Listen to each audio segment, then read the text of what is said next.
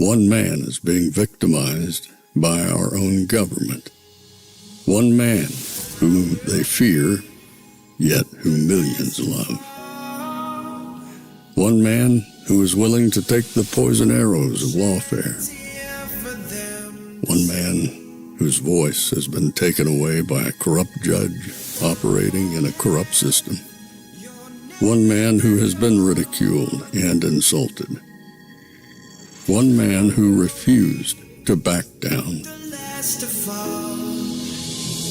One man who refused to back down. One man who refused to back down. One man who stands between us and them. One man that wants to see America protected again. One man who wants to see America prosper again. One man who understands that a man is a man and a woman is a woman. One man who understands and protects the blessing of life. One man who wants to restore American exceptionalism. One man who once again wants to make America that shining city on a hill for all to see. A place where all the people of the world glowingly set their eyes upon. America. One man who unashamedly wants to make America great again. That one man is Donald Trump.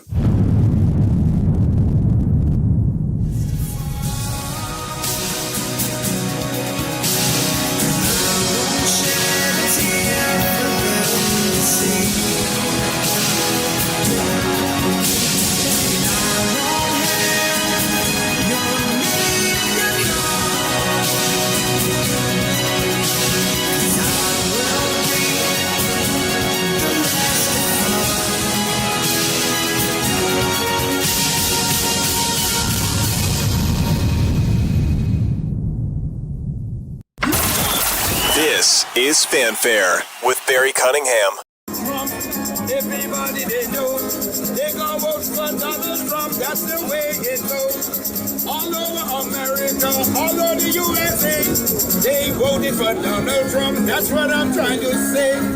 Election is over, everyone can see. Donald Trump is now the president of your country.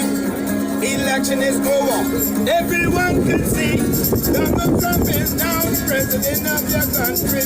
I want to make America great again. Woo! I want to lower the taxes. I want to bring all American business back from overseas back to the USA, baby. There we go. Ooh, yeah. Donald Trump is now the president of your country. Election is over. Everybody can see Donald Trump is now the president of your country. Election is over. Everyone can see Donald Trump is now the president of your country. And guys, it was interesting. Just a short time ago this morning, the hosts of MSNBC's Morning Joe program announced that they privately met face-to-face with Donald Trump at Mar-a-Lago on Friday. They said it was their first meeting with him in 7 years, and that while they disagree with him on a variety of topics, they agreed to reopen lines of communication, saying they don't want to just talk about Donald Trump, they want to start talking to him again. We'll send it back to you. If that came, we're just hearing that too, Bill. That is probably the most magnanimous thing any individual in America has done in a long After time. they called him every name under the sun. For 3 years, they called him fascist, Hitler. Yep. Every day, at every panel, there was nobody even to say, ever since Harold Ford left that building, there was not one person saying anything nice about Trump. And for him to take that, what is it, breakfast?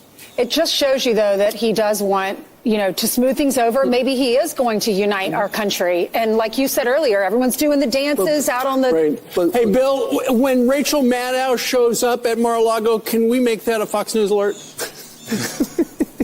Well, if we can get a camera down there, we'll show it to you guys live. All right. Thank you very much. All right. Yeah. So that's interesting. All right. Yeah, that's interesting for sure. Very interesting. Welcome, everybody, to the Monday edition of Fanfare with Barry Cunningham. Glad you guys made it. Hope you had a fantastic weekend. We're back here with the two-a-days, 3 p.m., 7:30. We're going to get going right away on this show. Yeah, so hell must be freezing over. You see, people are heading to Mar-a-Lago, and they're kissing the ring. They understand at this point that this man is president. He's going to get his picks pushed through, whether you like it or not. Your networks are falling apart. Nobody's watching. You got Comcast putting MSNBC up for sale. 25-year low in rankings for CNN. You got streamers like me and podcasters that are beating the hell out of everybody in terms of viewership with these networks. And you got now Morning Joe and Mika Brzezinski, who literally less than 2 weeks ago were calling this man Hitler and calling all of us, garbage. You can't make this up. On their same network, Joy Reid calls us, what's the word again? Ethno-fascist. Yeah, okay. And you're going to go make nicey-nicey with Hitler. It proves to you, and I have posted this many a times, it now proves to you that these people are completely full of crap. I was going to use a stronger word, but I didn't want to offend any of you guys here on a Monday afternoon. Full of it. Now you know for sure, without any equivocation, you can tell all your friends, tell all your family members, everyone you work with, that these people don't mean anything coming out of their mouth. They will do anything to keep the gravy train running, even if it means cozying up to, literally Hitler. And you garbage people, please watch us, please, please, please. We need the money, really, really bad. We don't want this thing to come to an abrupt halt. And so Trump says, yeah, come on over, come on over. Kiss the ring. Man, you have to wonder when you start seeing things like this, how bad people really are. Meaning, you're showing us what you're willing to do for money. You will do anything to make sure that these advertisers keep paying you. Well, actually, they pay the network, who then pays you these exorbitant salaries. Multi-million dollar salaries for doing literally what I'm doing right now. Except you've got studios and you've got all kinds of things. But imagine going to speak to Donald Trump. Imagine going down there and saying, you know what, I'm going to kiss the ring. I'm going to bend the knee. I'm going to let everybody know that I'm going to go tuck tail and make nicey-nicey with Hitler. And then as soon as you walk away, Trump tweets this, or rather puts it on Truth Social. This morning, Morning Joe and Mika, who owe their careers to me, went on their show and claimed to have met with me. Notice he said claimed to have met with me. They made it sound like we had a summit. The truth is, Joe begged me to meet with Joe begged to meet with me after our big win, and when I finally agreed, he approached me like a scolded dog. Let that sink in. He should consider himself lucky that I didn't have him thrown out of beautiful Mar-a-Lago. Mika, however, was charming as usual. Can you imagine basically crawling into Mar-a-Lago, go in there, yes, sir, yes, dear sir, yes, we understand. You are the king. Kiss it. And then after you leave, he puts that out and just says, But Mika, she was beautiful as well. Joe. It was so bad that Joe had to go on air. If you haven't seen it, let's listen to him as he basically tells everybody that he bent the knee. He had to. Trump's cabinet selections, and they are scared. Last Thursday, we expressed our own concerns on this broadcast and even said we would appreciate the opportunity to speak with the president-elect himself. On Friday, we were given the opportunity to do just that. Joe and I went to Mar-a-Lago to meet personally with President-elect Trump. It was the first time we have seen him in 7 years. Now, we talked about a lot of issues, including abortion, mass deportation, threats of political retribution against political opponents, and media outlets. We talked about that a good bit. And it's going to come as no surprise to anybody who watches this show, has watched it over the past year or over the past decade, that we didn't see eye to eye on a lot of issues, and we told him so. What we did agree on was to restart communications. My father often spoke with world leaders with whom he and the United States profoundly disagreed. That's a task shared by reporters and commentators. How uncomfortable do they both look sitting there knowing that they crawled into Mar-a-Lago and kissed the ring? Meanwhile, all of their compadres all over the news, different networks, now know that they went down there to basically let everybody know, yeah, this is where the news is going to be for the next 4 years. There can be no doubt anymore that he is getting in on January 20th. They understand that everything that was thrown at this man, that they were involved in throwing at him, the kitchen sink that they helped raise and throw at Trump, that they helped do everything possible to vilify this man, they had to just admit, we're losers. The big L rests upon our foreheads. There's nothing we can do to stop what's coming. I've been telling you guys that for quite some time. If you remember, I called the landslide long time ago. It's going to be a landslide. They can't stop it. And then I've been telling you they can't stop what's coming. So much so, they can't stop what's coming, so much so that Dementia Joe, or whoever is pulling his marionette strings, decides, we're going to let this little idiot over in Ukraine launch bombs with our, logo on it, courtesy of the U.S. That's how bad things are for the left right now. That's how bad the Democrat Party is in a shambles. They are willing to basically risk the lives of over, from what I understand, if Putin were to respond with a boom, 2.5 million innocent people could get vaporized. Like this, gone. Solely because you don't want Trump becoming president. No other reason. No other reason whatsoever why you would start some crap a couple months before you're out of office. I have one question for every single Democrat, and none of these people on the news will even ask it. If Joe Biden was so incompetent that he couldn't continue running for president,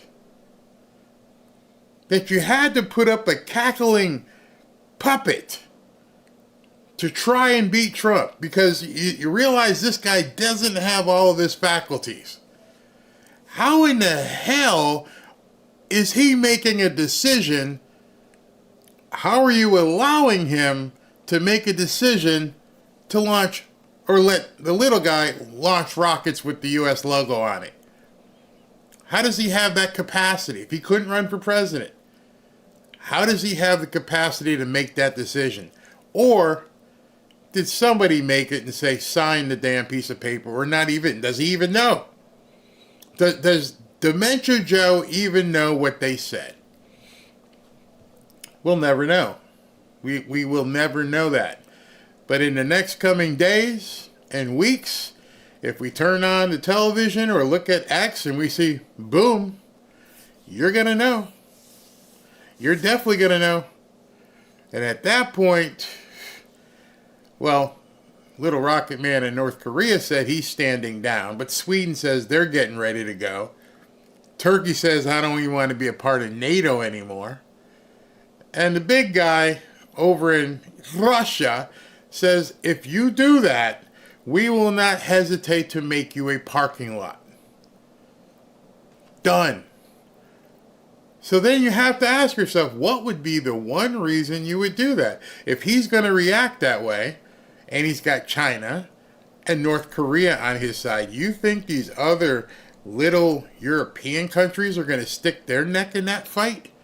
No, you must be really trying to get rid of something in that country. You don't want anyone to see it. You don't want Trump to send Matt Gaetz over there, or Tulsi Gabbard, or John Ratcliffe, or Marco Rubio. You don't want anyone to know what you guys have been doing over there.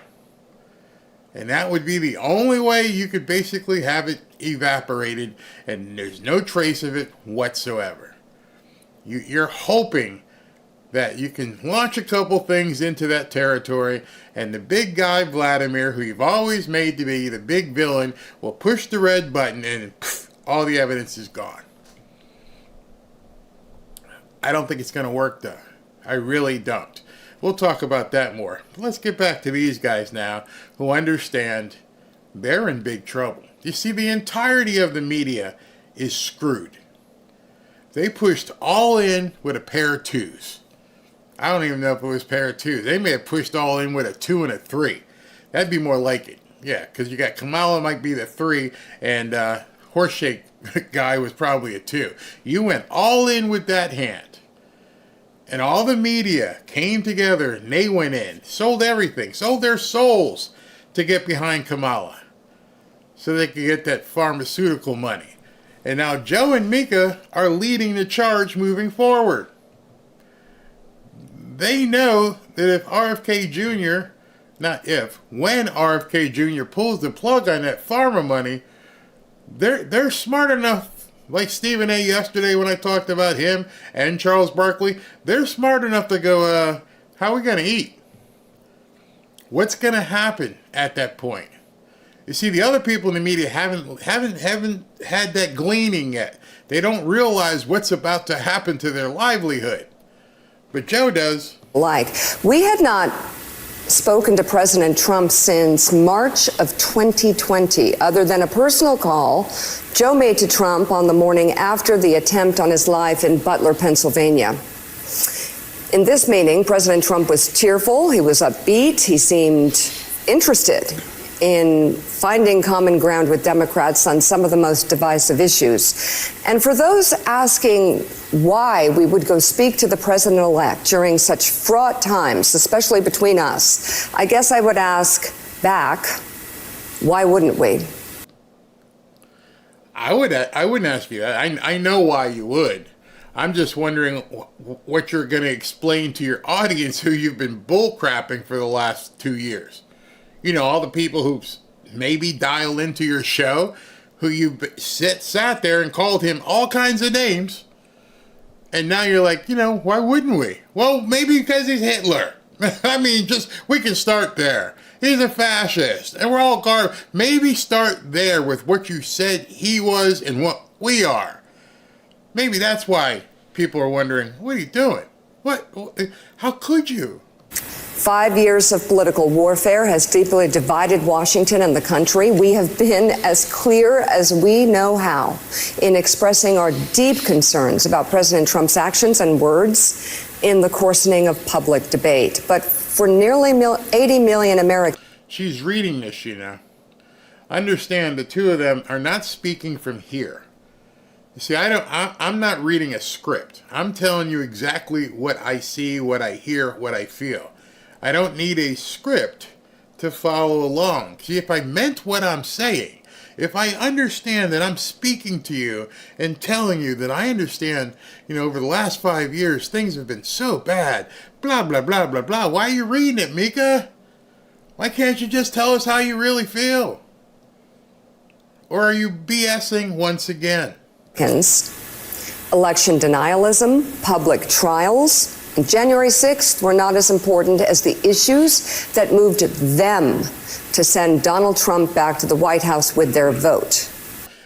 Okay, I know sometimes I interrupt a lot. But this kind of stuff just makes me interrupt. They seem surprised that January 6th didn't move the needle, not even a little bit. They seemed surprised that all these lawsuits and all these criminal things that they were doing didn't move the needle at all. You see, they were oblivious to it. When you hatch a plan and you think it's going to work, and everyone tells you, we got him now. Oh, the walls are closing in. How many times have we see that written? How many times have we heard that said on MSNBC and other networks that were trying to take Trump down? Over and over and over, the walls are closing in. This could be it. And then slowly, each one of those dominoes, instead of falling on Trump, ended up rolling over. To the point where none of them are going to stick. None. Not even, Letitia James's $450 million charade and calling Mar-a-Lago a $18 million property. None of it is going to stick. Fannie Willis and her boyfriend, that's done. You didn't see, for some reason, all along you could have just tuned into my show or Benny's show or anybody's show who were following Trump, and you would have realized very quickly, none of us cared.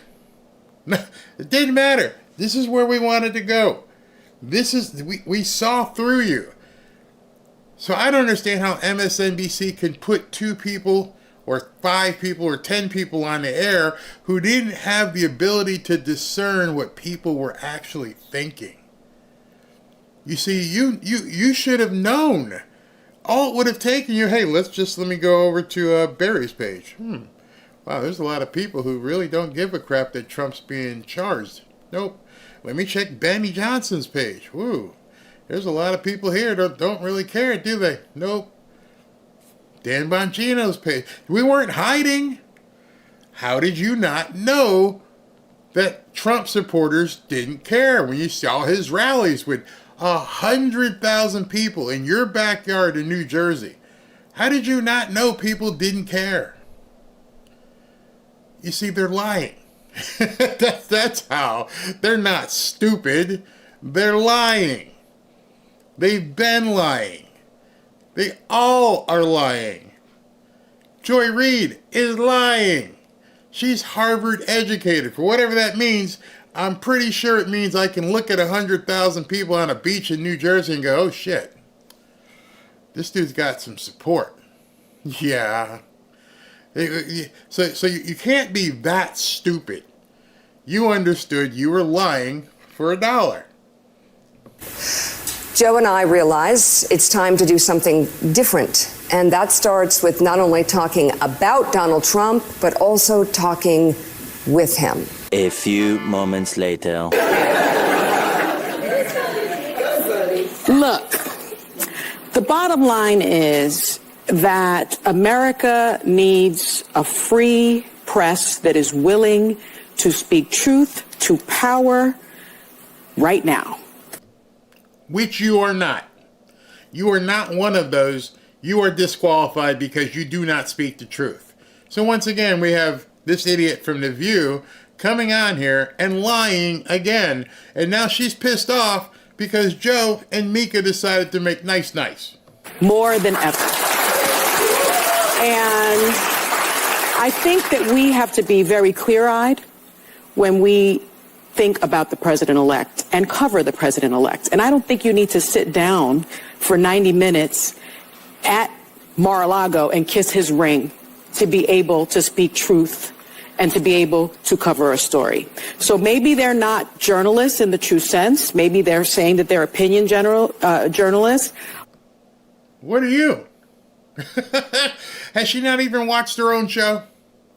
Does she not realize that she's not a journalist? In fact, can we even continue to use that word? I mean, think about it. The left has changed vocabulary words so often. Can we now take the word journalist out of our vocabulary? There are no journalists. Everybody is, myself included, are opinionators. We tell you what we think. There's no, even people who end up writing for the New York Times or Washington Post or wherever, they're not journalists. They're giving an opinion. You know, when I took English way back in college, or writing, creative writing, whatever it was called, and he told you how to write a story and how to put up the hook, you put the line. There was an accident on Elm Street. Okay. 4 people were hurt in the accident on Elm Street. The black car hit the blue car. No injuries were in the blue car. And then you finish it. But you drop in everything you say is factual. News doesn't exist anymore. Not at all. You see, that kind of story would now say the SUV ran into a bunch of black people, and the SUV was filled with people with white privilege, and they had a bigger car, and they shouldn't have been driving in that area. And it's like, it's so tainted. You can pick up any article nowadays and just look at it, and you can see from what position that writer is writing from. Whereas you shouldn't be able to tell whether the person writing the article was Democrat or Republican, black or white. It should just be facts. We no longer have journalism. That went out the window a long time ago. All we have is opinion. That's it. And hopefully some people can substantiate their opinion. Some people can put their opinion and base it on fact, but it's still an opinion. And what they try to posture and try to put off on people as though they're pontificating from a position of truth, when all it is their opinion. Nobody is looking to Sonny Hostin and Whoopi Goldberg as journalists. Not going to happen. You're lying again to people. But we have to remember that Trump is the guy who ushered in the era of fake news. He is the guy who ushered in alternative facts. He is the guy who attacked. See, right away lying. I hate to interrupt. You got to interrupt. If you're not going to tell the truth, I'm going to bust in. He didn't usher that in. He ushered in the exposure of that. See, that's a big difference. When Trump started using the term fake news, it's because of what you're doing right now. You see, there's nobody to call you out on that panel. They're all your compadres. They're all going to just sit there and nod. So when you say you are truth, but then one sentence later you lie, you lose your entire credibility, except for the fawning nuts in your studio audience. It's so easy. When I decided I wanted to start doing reaction videos to the media, and just let me tell you, let's go back a little history. Barry, what are you going to do? Well, I'm going to do some reaction videos like I did with football. Well, how are you going to do that with the news? Well, football, I could see the play, and then I would tell people what I saw. You know, he should have blocked here, he should have done this, blah, blah, blah. That's a reaction. With the news, it's real easy. You listen to what they say. I'm going to give you a clue here if you guys want to start a YouTube channel. You listen to what they say, and you understand where they deviated from truth and went into opinion. You see, there's not much you can react to about truth. Truth is true. That's it. It is true. But when you take that turn and start trying to infuse opinion, and when you infuse opinion, you're psychologically trying to manipulate the people watching you into thinking you're still going straight. But when you actually have veered off, you're no longer talking the truth.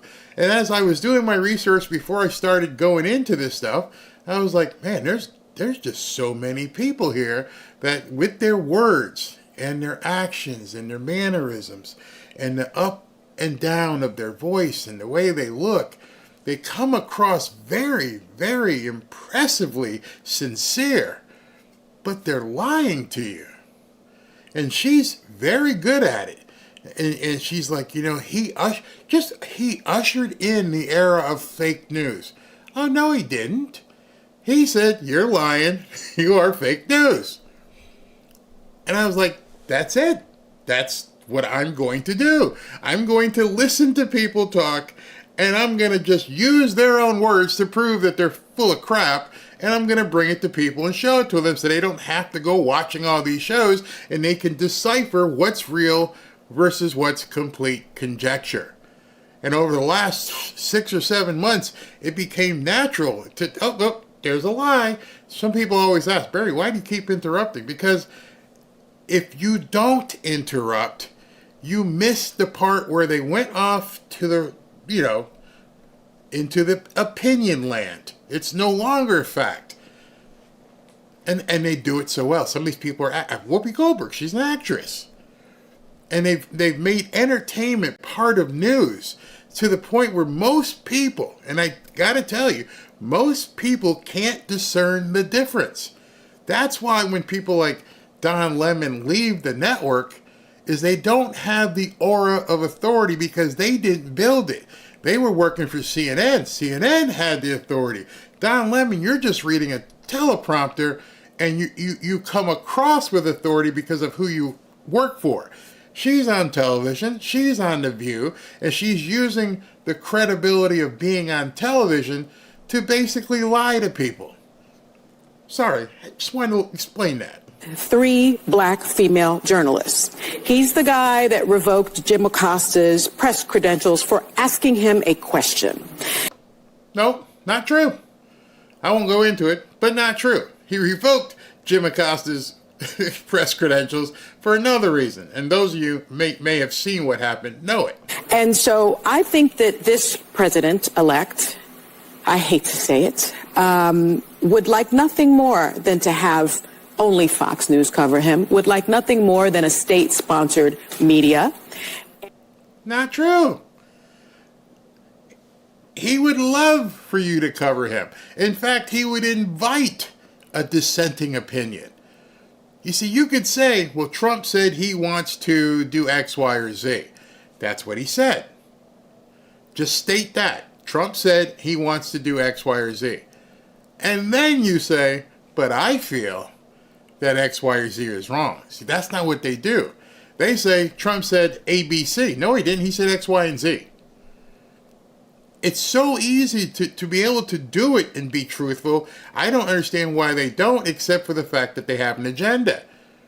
An absolute agenda. And now they don't know what to do since he's been elected. And I don't think he can be trusted in the way that other presidents can be trusted. This is an aberration. But the reality is he doesn't just have Fox News. He didn't do a lot of mainstream media this election, but he went on Joe Rogan and reached 50 million people. Ouch. How much did that hurt?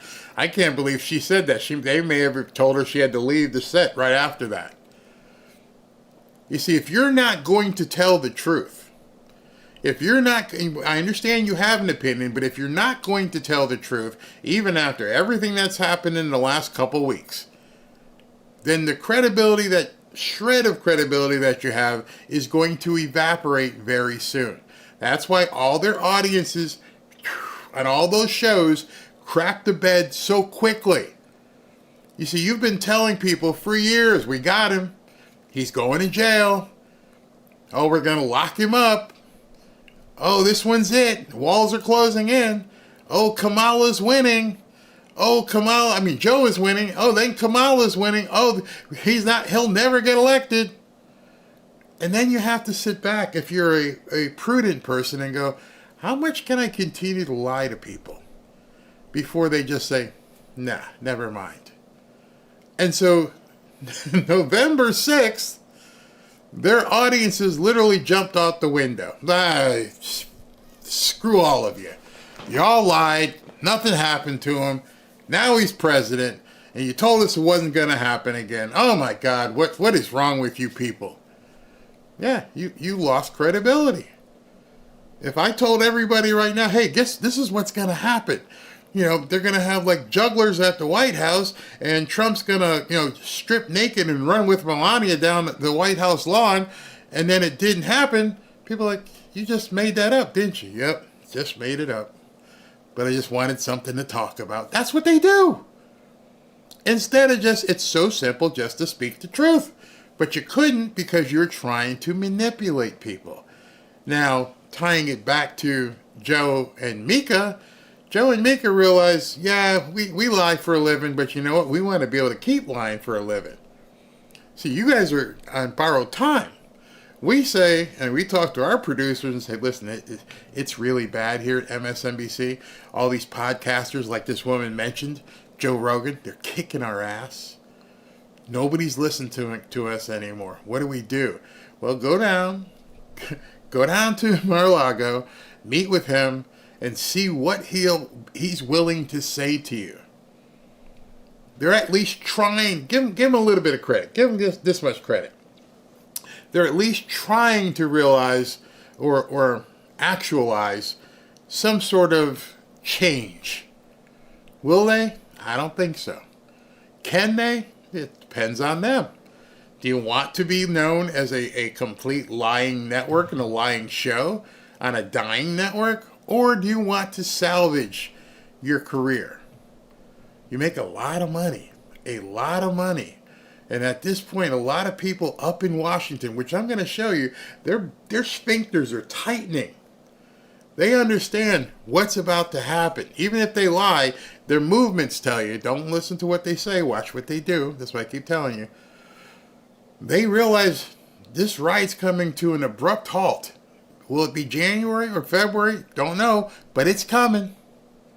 And at least Joe and Mika said, let's go talk to the man, because if we don't go talking to this guy, we're screwed. We're done. We might as well see if we can't get a talk show in Ellen's studio or something and come across as complete clowns. At least right now, people still consider us the news. Somewhat. We get up here every morning at 6 o'clock and we talk about the news. Now, I want to segue into what happened after that. So they go on, they do the mea culpa, they tell everybody we went to go see the king, we kissed the ring, we bent the knee, and so now they got to come back and finish their show. You see, now they've got to tell all the people that they work with, hey, this is what we did, and in some way ask or extract from these people, are you ready? Are you ready to turn the corner? Should we keep having you on? And so they brought this guy, David Ignatius, on from the Washington Post, who's been a CIA frontman for years, who's been resisting Trump. And when he starts talking, you're going to realize they're going to have to boot him. He's of no use to them moving forward. We're in the news business, which means that we talk to people. That's part of how we do our jobs. We're also in the truth business, which means we have to hold people accountable when we see. Please don't get mad at me for stopping. But every time they say something like this, I have to. We're in the truth business. Since when? Did you start today? Because we all know you've been lying. And see these people, their problem at this point is they have worn the sneakers so long, it's so comfortable to put these sneakers on. Yeah, you mean you want me to get a new pair and break it in? Yeah, you got to get a new pair and break them in. You just can't wear these old sneakers. You can't keep doing the same thing. Not if you expect on surviving on this network for the next 4 years. And the first thing this old guy, I mean, I'm an old guy, but this guy's older. And all he comes out and all he can do is spew the same stuff. The things that we think are wrong are going to hurt the country. We have to be very forthright in saying that. Last week when President-elect Trump named his nominees for key positions, I wrote a column saying that some of them seemed qualified and reasonable choices. Others seemed to be coming at their jobs with a wrecking ball. They were going after the military and intelligence agencies, it seemed from their past statements, in a way that... Again, surprise. It seems as though they're coming in with a wrecking ball. Newsflash to the reporter. Newsflash. Trump's been telling you that for a year or longer. When I get elected, I am going to, and you guys know the line, I am going to obliterate the deep state. Did you think he was joking? Did you think that was a line on a cue card? Hold on. Okay, you write that? Yeah. When I get elected, I'm gonna obliterate the deep state. And they just seem shocked. How are you shocked? And who are you to determine who's qualified and who's not qualified. Well, I saw the list of nominees, and me, I've been writing for the Washington Post since Jesus was alive, and I've seen all kinds of people here. I talk to people. I talk to people in Washington, and some of these people seem, very unqualified. Compared to who? Who are you comparing them to? And who are you to pass judgment? Did you not realize that what Trump was actually doing is he called a construction company? Back the truck up, guys. You got the wrecking ball? Yeah, okay, get ready to swing that shit, okay? It's exactly why we elected him. There's no trickery here. There's no scam. I'm backing up the crane, and this big thing is going to be swinging back and forth, and we're going to knock down as much crap as we can. And I hope you're not in the building, Mr. White-haired guy with glasses. You don't even look like you understand what's going on in reality right now. You look like you've been so stuck in the swamp that you can't extricate yourself from it. Would only harm those institutions. I've been a journalist now for so many years, but I can remember when I covered the Middle East, I would talk to Yasser Arafat, the head of the PLO in Beirut, and a few weeks later, I'd be talking to Israeli Prime Minister Menachem Begin in Jerusalem. You think that's going to help you? When Jeff Bezos starts saying, so what do you do here? What exactly do you do? What do you do here? Well, I've been talking to people so long. I remember talking to Menachem Begin, and then I remember I talked to Moses when he got out of high school. And what exactly is it you do here right now? I don't care what you did 40 years ago. There's a whole different world. You call yourself a journalist. That doesn't exist anymore. What do you do right now? Well, I talk to people and they tell me what I should be writing. Oh, so you don't do any investigating. You don't go out there and go, hey, listen, here. You wait for someone to pick up the phone and go, Blue Star likes X, Y, and Z. See, that's not reporting. You're taking an order. You're basically a well-paid McDonald's employee. That's what these people do. He just said, I talk to people.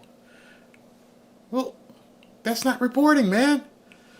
And you're lauding your resume of 30 and 40 years ago. Menachem Begin, I think Menachem Begin's been dead for 40 years. Don't quote me on that. I'm not lying. I don't know how long Menachem Begin has been dead. Maybe one of y'all can look it up. But Menachem Begin's been dead for quite some time, and that's a feather in your cap. Well, I remember talking to Menachem Begin. I remember interviewing and talking and promoting Ray Charles. But it doesn't have nothing to do with today's music. I remember, promoting Bon Jovi. But that ain't going to help me with today's music. These people are living in the past. They don't have any idea what's going on right now. He probably looks so far down at Joe Rogan. He probably looks so far down on Dan Bongino and people like me, yet he doesn't have a tenth of the audience. He has a cushy chair at MSNBC because he's talked to Menachem Begin. And I remember talking to Margaret Thatcher. So? That's just part of what doing the job means. As Mika said, her own dad, although he wasn't a journalist, was always talking to people. So I think we need to keep that in mind, those two things. We're in the news business and we're in the truth business. David, also, I remember during the first term, at one point, you may not even remember this phone call. I was walking through the airport, and you politely said, every day, Joe, every day it's the same thing on your show. When you can find common ground, talk about it. And I've noticed you do that. I mean, I will tell you, when so many people were in shock, and Meek and I were surprised too after the election result, your first column was talking about how Donald Trump had the possibility to move us closer to peace in the Middle East. I think that was a very important column to write at the time. Again, I thought I was a little surprised when I read it right after the election. But then you follow that up with some really tough columns about the real dangers with his DOD pick and also with Tulsi Gabbard. How are they real dangers? See, what he should have said when he wrote those columns you're referring to was, hi, I'm an old guy who has no idea what's going on, but let me give you my opinion as if it frickin' matters. Because that's all whom it mattered to. let this guy continue. Is that the type of balancing you're talking about? It is, Joe. I think we in the news business, in commentary, need to call him as we see him. During Donald Trump's first term, when he did something that I thought made sense, the Abraham Accords between Saudi Arabia and the... Very myopic. When he did something I thought made sense. You see, one of the problems that these people have, which is why they can't compete in the new media, is I can look over here at my comment section, and what's very interesting, I mentioned Menachem Begin, and somebody looked it up and said Menachem Begin died in 1992. So I was close. I said 40. It was like 33 years ago. Meaning there's engagement.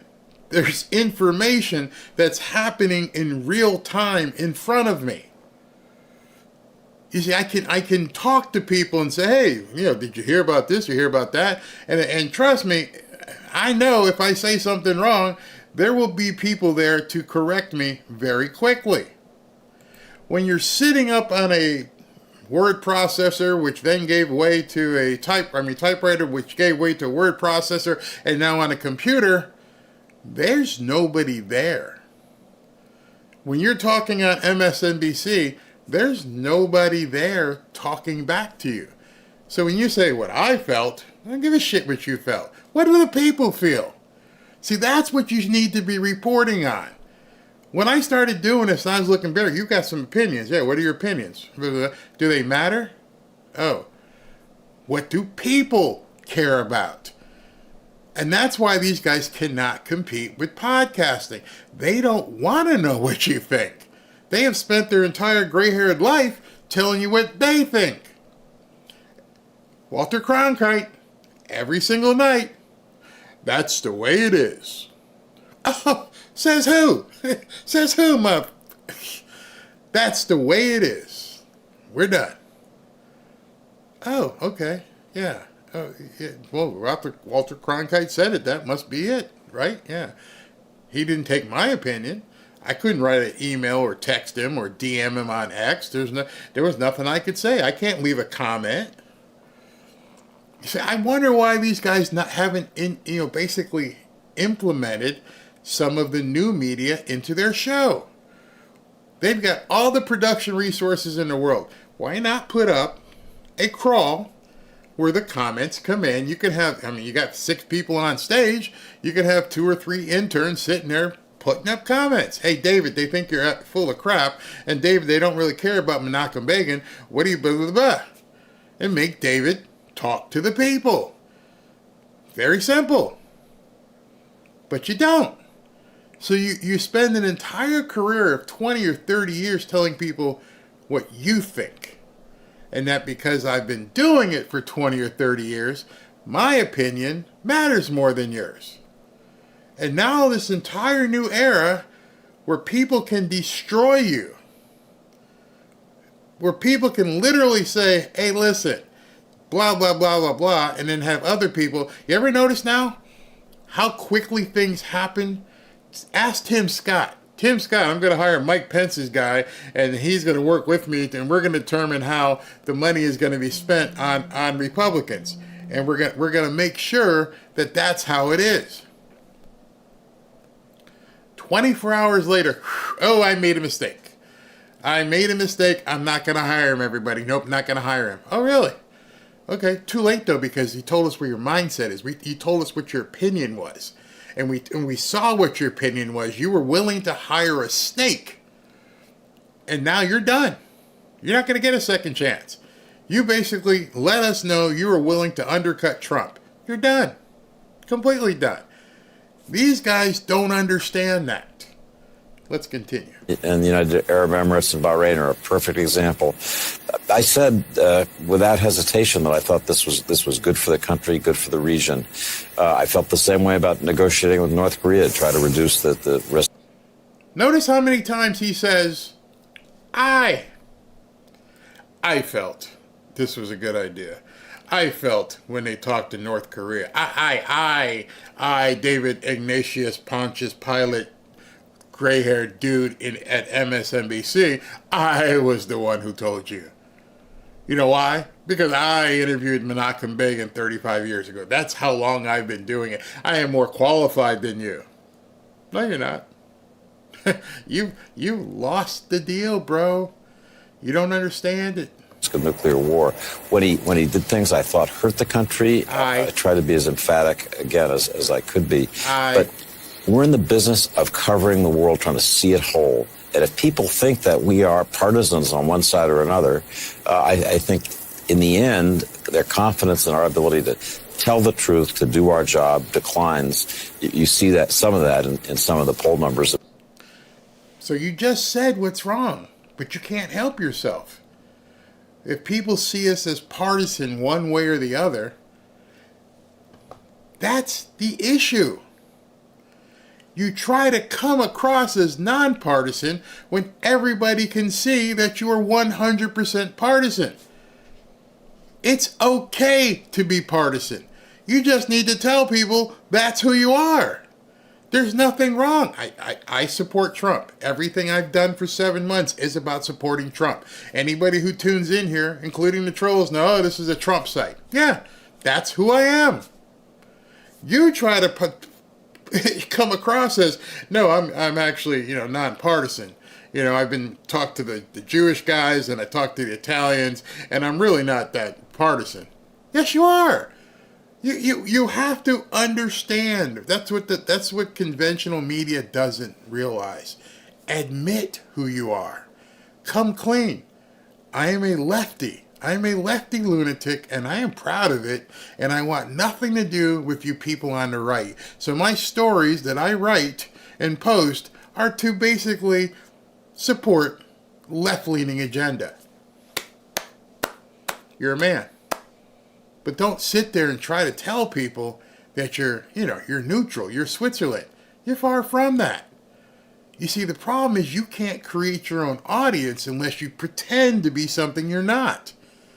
These people, he said he's been around since 1990. He talked to Menachem Begin. In 30, 40 years, you have not decided to say, I'm a man, I am a Democrat, liberal, lunatic, and I'm proud of it. Because then people would respect you. Then people would know specifically, oh, I don't need to watch this, because if I watch this, I'm watching something that I don't really like. But all these networks, when they go on and they talk to people, the one thing they could have learned from Rush Limbaugh years and years ago is pick the side. Tell people who you are. Be that person. Open bare and say, hey, listen, I am a conservative. I'm a strong conservative. And you can just say what your virtues are. Hey, I don't like this. I don't like that. I don't like that. If you don't like what I'm for, then you don't have to watch me. You don't have to wonder. But see, they thought that journalism meant being neutral, even like we couldn't see what you really were. I hope I'm not getting too far in the weeds here, but I think this is important because of where Trump is going. If you were truly neutral, you would shut the hell up and just report on what he's doing. But you can't sit there on that show and tell us that you're neutral when you obviously don't like Trump nor what his appointees have done. So you're losing your credibility by just doing that. About how people feel about journalism. I don't want to add to that. I want to ask you, John Meech, and bring you in here. We discussed this last night, and I was asking you your thoughts, and you had said, this is going to be a consequential presidency. It just is, one way or the other. The question is whether it's going to be constructive. And I'm just curious, your thoughts. We saw pics last week that I think were horrifying to a good number of Americans. Joe, you just went down and kissed the ring, and now you're saying that Trump's pics are horrifying. Why? Very simple. Why? Many Republicans as well. So these are extraordinarily fraught times. I'm curious about where we stand right now in history, what you've seen, what is the best way forward, not only for reporters, but for all Americans, and what does history teach us about moments like these? Well, can I answer that, Joe, before he does? What should you do? Report the truth. If the baseball player comes up to bat and he's batting .325 with 25 home runs, but he has a problem hitting the curveball, those are all facts. And then when he misses and strikes out with the curveball, he's pretty much underscored what you've said. You people can't call balls and strikes because you're not looking at the pitch. You're looking at it, this guy shouldn't be playing. I don't like this guy. And because this guy is even here, I can't move past my confirmation bias. My confirmation bias and my cognitive dissonance are never going to allow me to post things correctly. You can't be objective. And so by asking this guy again, what do you think? You are just veering off. It is no longer news. Nope. Yeah, it's the most significant test of citizenship and of our, really, I would argue, our patriotic commitments as opposed to our nationalistic appetites. So bear with me for a second. Patriotism, properly understood, is an allegiance not just to one's own kind, folks who look like you, but to an idea. And for us, that idea is the Declaration of Independence as embodied. That's the North Star. And then the Constitution as amended is the user's guide. And I think America has always can judge itself on how fully or how incompletely we're in accord with the principles of the Declaration. So far, so good. I don't agree with, I don't have any problem with that. I agree. The Constitution and the Declaration of Independence, they're quite clear, aren't they? The interpretation of this document and the living nature of it are quite clear. Everything is spelled out. This is how this country is to be governed. One of those things in that document are that the president can control immigration. Interesting. Doesn't it say that? Yeah. One of those things in that document is that the president can make his own choices for who's going to be in his cabinet. Yep, it says that too. One of the things in that document is that those two documents is that the president can use what's called a recess appointment to get the people into office that he wants. And then that stands for 210 days, and then it can be renewed for an additional 210 days, which by my math is 420 days, which is over a year. That's all in that document. Right now, we are in accordance. It's patriotism, and you assent, you agree to that idea. Nationalism is a loyalty to people who are already in your tribe, who are already in your clan with a... It's not true. Nationalism is about that clan called Americans. You see, we're all Americans, not the hyphenated ones. I'm not a black American. My wife isn't a Scottish American. You guys made that. You guys started putting all that stuff. Nationalism is we are Americans. Period. They don't like that. They want to have all the different rainbow colors. We're all Americans. With a C. And so, to me, those are competing impulses. They've been competing impulses from the beginning of the American project, and they'll continue to be. And so to me, the great test is how do those of us who fundamentally believe that the incoming administration is so likely to be out of sync. Now you're no longer news. People who believe like me that the incoming administration is about to be out of sync. You know, they're not doing what we want them to do. With the constitutional norms, the ethos that so many of us grew up with.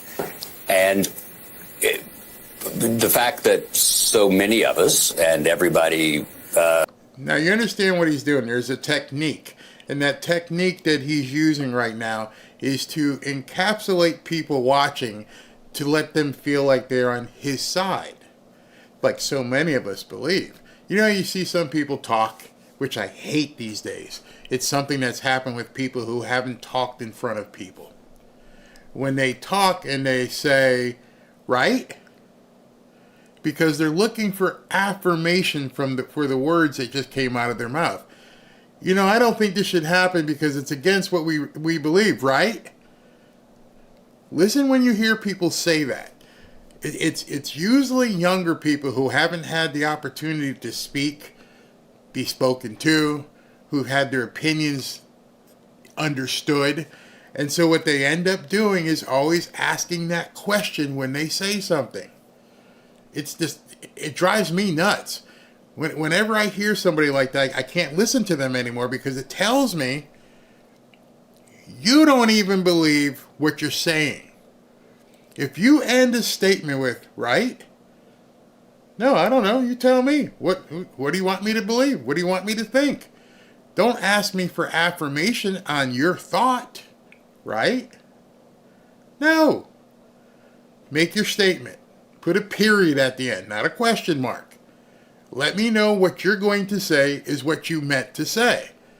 I'll infer it myself. I'll take it in like I'm taking this guy in. But please don't ever talk to me and go, right? That we're talking to this morning has been part of this. I don't want to drag Ignatius totally into this. Give him some cover. But we've argued again and again and again that a second Trump presidency was simply not worth the risk. To who? A second Trump presidency was simply not worth the risk. You didn't finish. To who? Who wasn't it worth the risk to? Not obviously the 75 million people who voted for him. So you're basically saying that other people who didn't vote for him thought it was too risky. Orange man bad. But the people who did vote for him, we're too stupid to know it was too bad for our own good. Right? Because that's what you're saying, right? Of the chaos and the unconstitutionalism. But guess what? Those of us who believe in democracy have to obey the verdicts of that democracy. And as you pointed out, a dispositive number of American voters decided to try this one more time. And so we have a patriotic question. What do? You follow it. You just answered your own damn question. We have a question. Well, what do we do? No, you just told us. You told us the sentence before. You said those of us who believe in democracy, even if the results don't go our way, we have to follow democracy. The scoreboard says who won. And then you follow that right up with the very next sentence. So we have to figure out, what do we do? Can't leave the arena because that would be preemptive surrender and defeat. So we have to stay in the arena and patriotically stand for what we believe in. And so I think that's where a lot of the country is. I'm very worried that, and I suspect y'all are hearing the same thing, that so many people seem so worn out by this struggle. And again, it's not mindless opposition, let's be clear. But it's also it does require, as Jefferson said, eternal vigilance. And I'm pretty sure the people who waited and waited and waited and heard lawsuit after lawsuit after lawsuit and heard the media constantly regurgitating things, we didn't get tired. Oh no, we were just waiting for our chance to let you people know we're sick of you. See, we were just anticipating. We knew, we could see from afar that these lawsuits were complete crap. Everything you people have done for the last 6 and 7 years and all the impeachments and blah, you want to talk about vigilance? We all sat back and went, take your shots. Keep going. Continue, please, by all means, continue. Oh, another lawsuit. Oh, another woman. Oh, porn star. Keep going. 70 million of us are standing right here. We ain't going anywhere. Just go play your games. Oh, you want to put Transformers out there. You want to put them in schools and have them walk around with kids. Keep going. You want to take a tuba. LGBTQ, LGBTQ. Oh, you're going to blow it at our face. Continue. We're still here. We are legion. We're not going anywhere. You want to talk about vigilance? You didn't look at us. You didn't understand. Everything you were doing, we're like, okay, whatever. Can't wait till November. When's November getting here? Oh, November 20th. November 5th. Oh, okay. 60 days. Okay, keep going. Well, he did this and he did that. We're being vigilant. You see, that's what being vigilant meant. You didn't matter what you people were doing. We were legion. There were people in Asheville who lost their houses and said, we will crawl through mud and over trunks of trees to make sure we don't go through this ever again. That's vigilance. When I told people many a time, the black men ain't gonna come do this, ain't gonna happen, people laughed at me.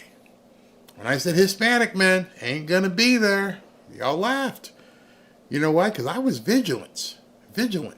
I saw the data. I would show people here. Hey, look on page 25. See this number right here? That number right there tells me landslide. That number in every single poll that you buried told me there was going to be a landslide. I told everybody. Until that number changes, it's over. You can't undo that. And we were vigilant. And you just kept talking. Then you called us garbage and deplorables and Hitler and ethno-fascist. And we were vigilant. You couldn't beat us. And now you're saying you're worried. I would argue that the most important thing we can do at this point is enable the folks who stand on the guardrails. And in this immediate case, it's the Senate, right? We need to, if you believe that some of these picks are extreme, and they are, you have to, because we all act as Lincoln said. I was taking a drink and I heard him just go off into opinion again. You know, some of these people feel like these picks are extreme, comma, and they are. Oh, so you're no longer doing news again. You've gone off into opinion. Not my word. You said it. You see, I find it incumbent upon myself to I know many of you people have seen these people, but to show you the manipulation that they do. That all people act on incentive. We need to signal to those who have a stake in this, who have the vote on this, that there are people who believe that they're extreme. And so removing ourselves from the arena, tuning out, I think would be the worst possible result. Do you know what he just described there? Do you know what he just said there? For those of you watching, and I know it was tough to even listen to this guy. He was talking about communism. To go out there and get these people, the Senate, to realize there are lots of us out here who feel this way. And the people who feel this way, our votes count as much as everybody else's does. So you need to listen to us, which is not what a senator is supposed to do. If you were elected, and you were elected overwhelmingly, or even by this much, by the constituents in your area, you are to represent the ones who voted you in, and you're supposed to represent the ones who didn't vote for you equally. I understand that.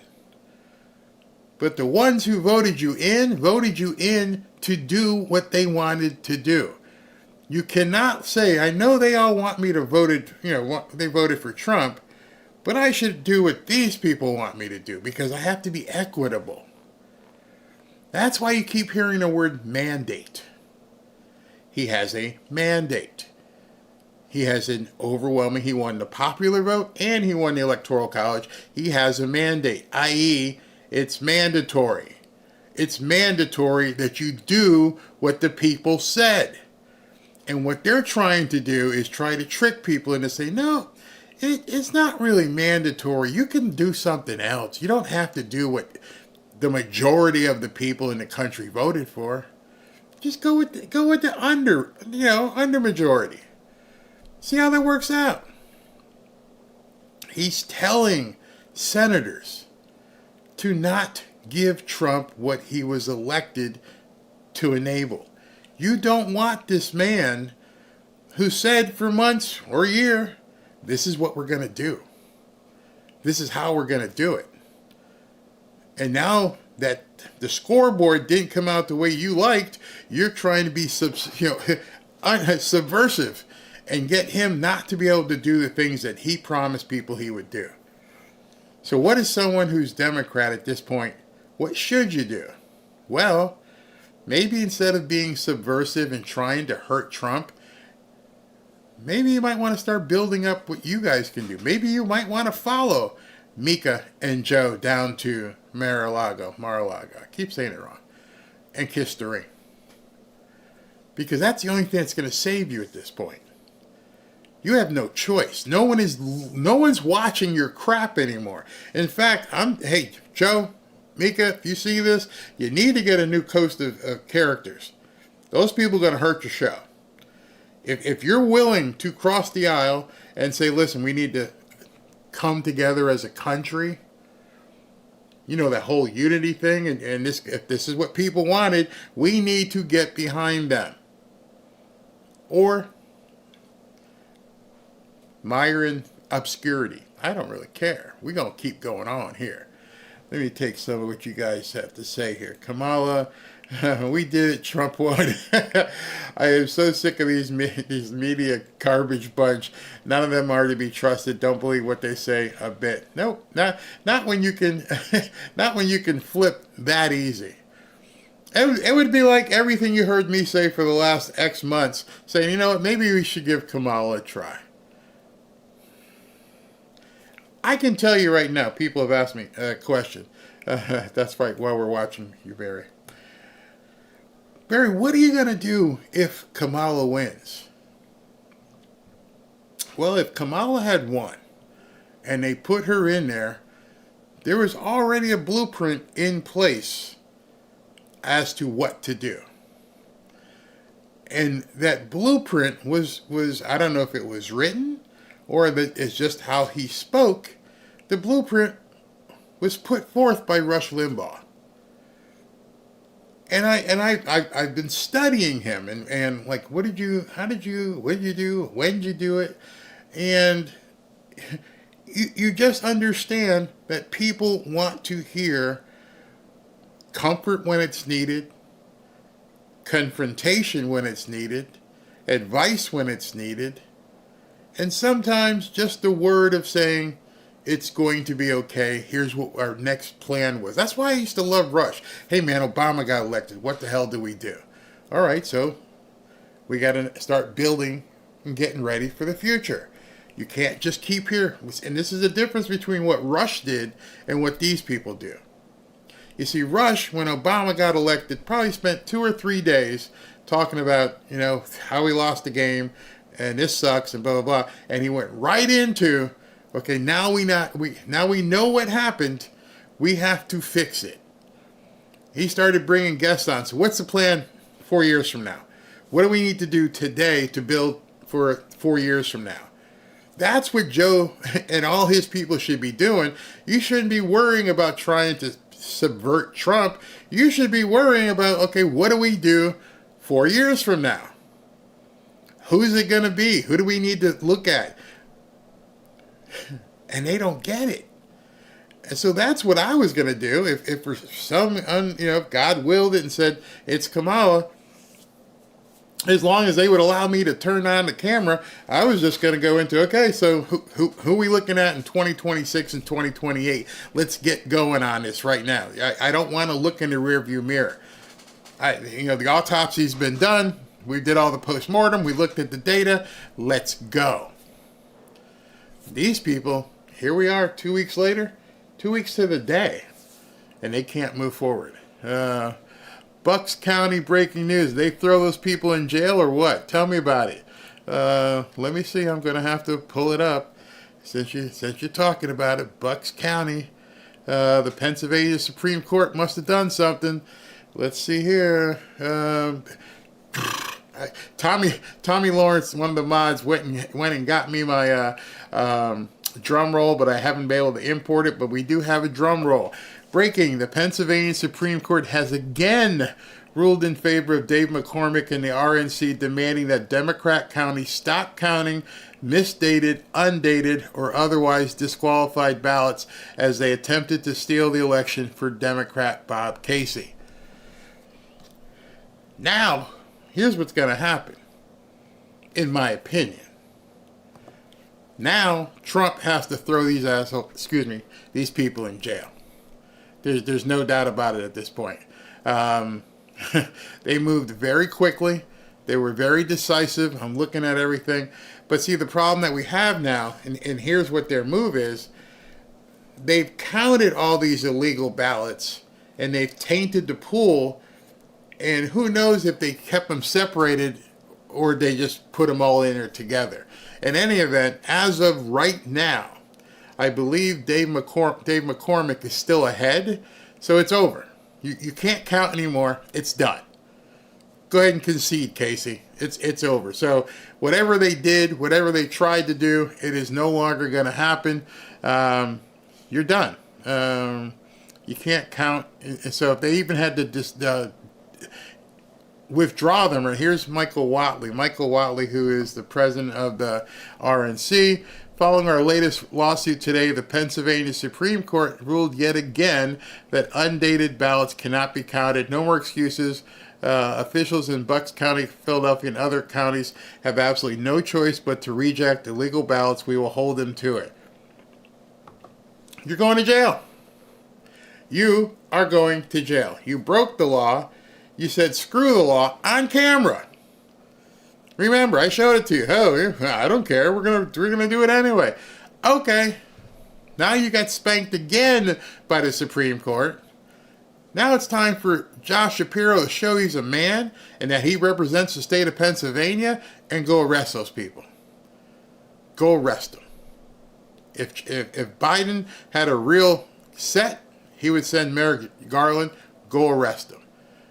But I don't think the statute of limitations runs out by January 20th, so I'm pretty sure y'all going to jail.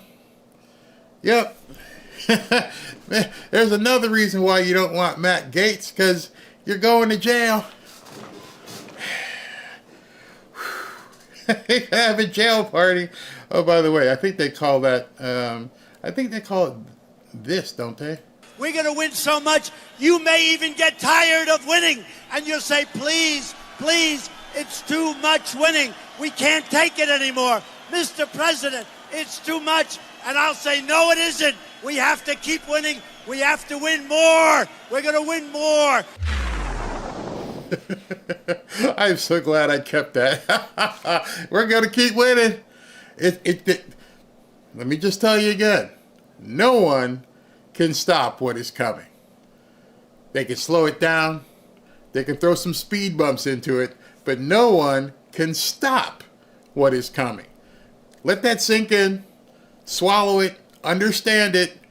I've heard people say, well, if he starts the war, then he might try martial law, but impediments, speed bumps. But it's not going to stop the train that's rolling down the tracks at this point. Nobody can stop what is coming. It has happened. It's happened. It's happened. Unbelievable. going on camera and actually saying, we're going to count the illegal ballots, and people break the law all the time, so I'm going to break it too. You're going to jail. You might as well just go ahead and turn yourself in. Just kid. I have never known a criminal to just say in open public, yeah, I'm going to go rob this bank, and then I'm going to rob the bank and dare you to stop me from robbing the bank. Yeah, there's a special place waiting for you. There's a special place. Somebody's like, Trump has been talking to Putin since he won, probably. The walls were closing out at MSNBC. Yeah, think about that. I'm talking to you about MSNBC this morning. And nobody on these stations, well, actually there were a few, K-File and CNN, were out there saying, hey, listen, these guys in Pennsylvania are nuts. They're openly breaking the law. Now, wait till you see what happens in Arizona. You see, I still have a feeling. I'm not on the inside. I'm not pretending to be on the inside. I just have this gut feeling that Kari Lake may end up being the senator for Arizona. You see, you're in this phase right now. Let me just stop for a second and talk to you about it. We're in that phase where Trump takes office in January. So there's still going to be a statute of limitation availability to go in and look at what happened. So I'm just wondering, when Trump gets the gavel down and he sends Matt Gaetz and everybody else over to Arizona and they start looking at stuff, they're going to be able to see everything these people did. So I personally believe that maybe February, maybe March, I think Kari Lake has a chance of being the senator from Arizona. I really do. I think Tammy Baldwin may end up being in trouble in Wisconsin. Remember, they had a 3 a.m. drop. See, the thing that these people didn't have, here's a little hint. Remember when Trump was trying to get people to listen to him in court, he didn't get any help.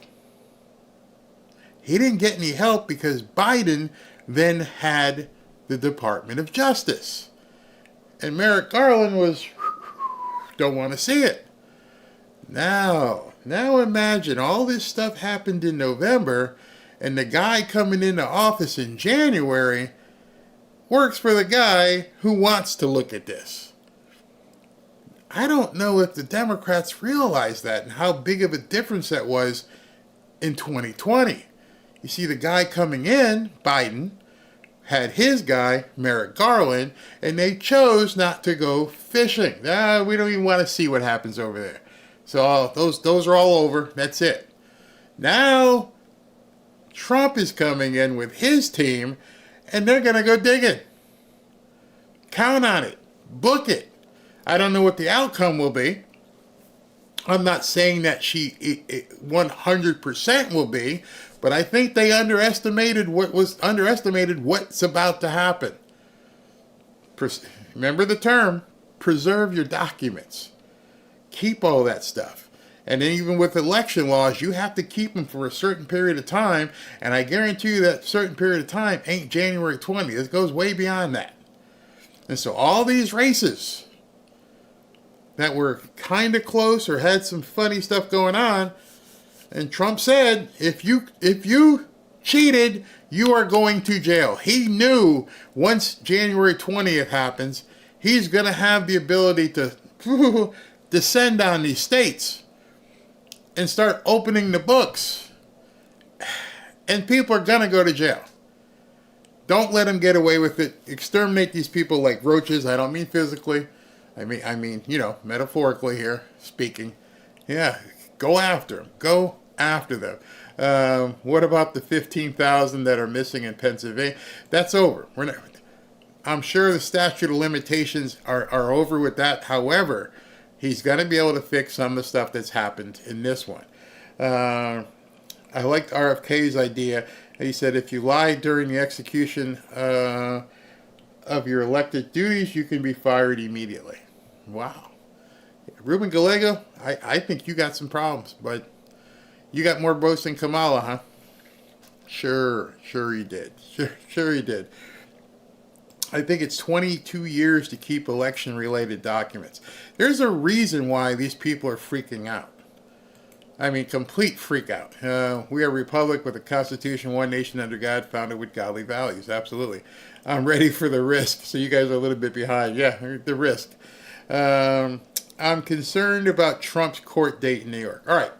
Let me take a second before I continue and try to allay some fears. Judge Merchan is cooked. That's the only way I can say it. Judge Merchan is cooked. He's cooked in two ways. His daughter is probably going to go to jail. His daughter was tied up in this, and she was raising $100 million for Kamala and the Democrats. So she was involved. At this point, the Attorney General that Trump has is going to be able to go look at all that stuff. Were crimes committed in the pursuit of what you're trying to do to him? I'm not pursuing my enemies. I just want to make sure the T's were crossed and the I's are dotted. And if there's no irregularities, everything is fine.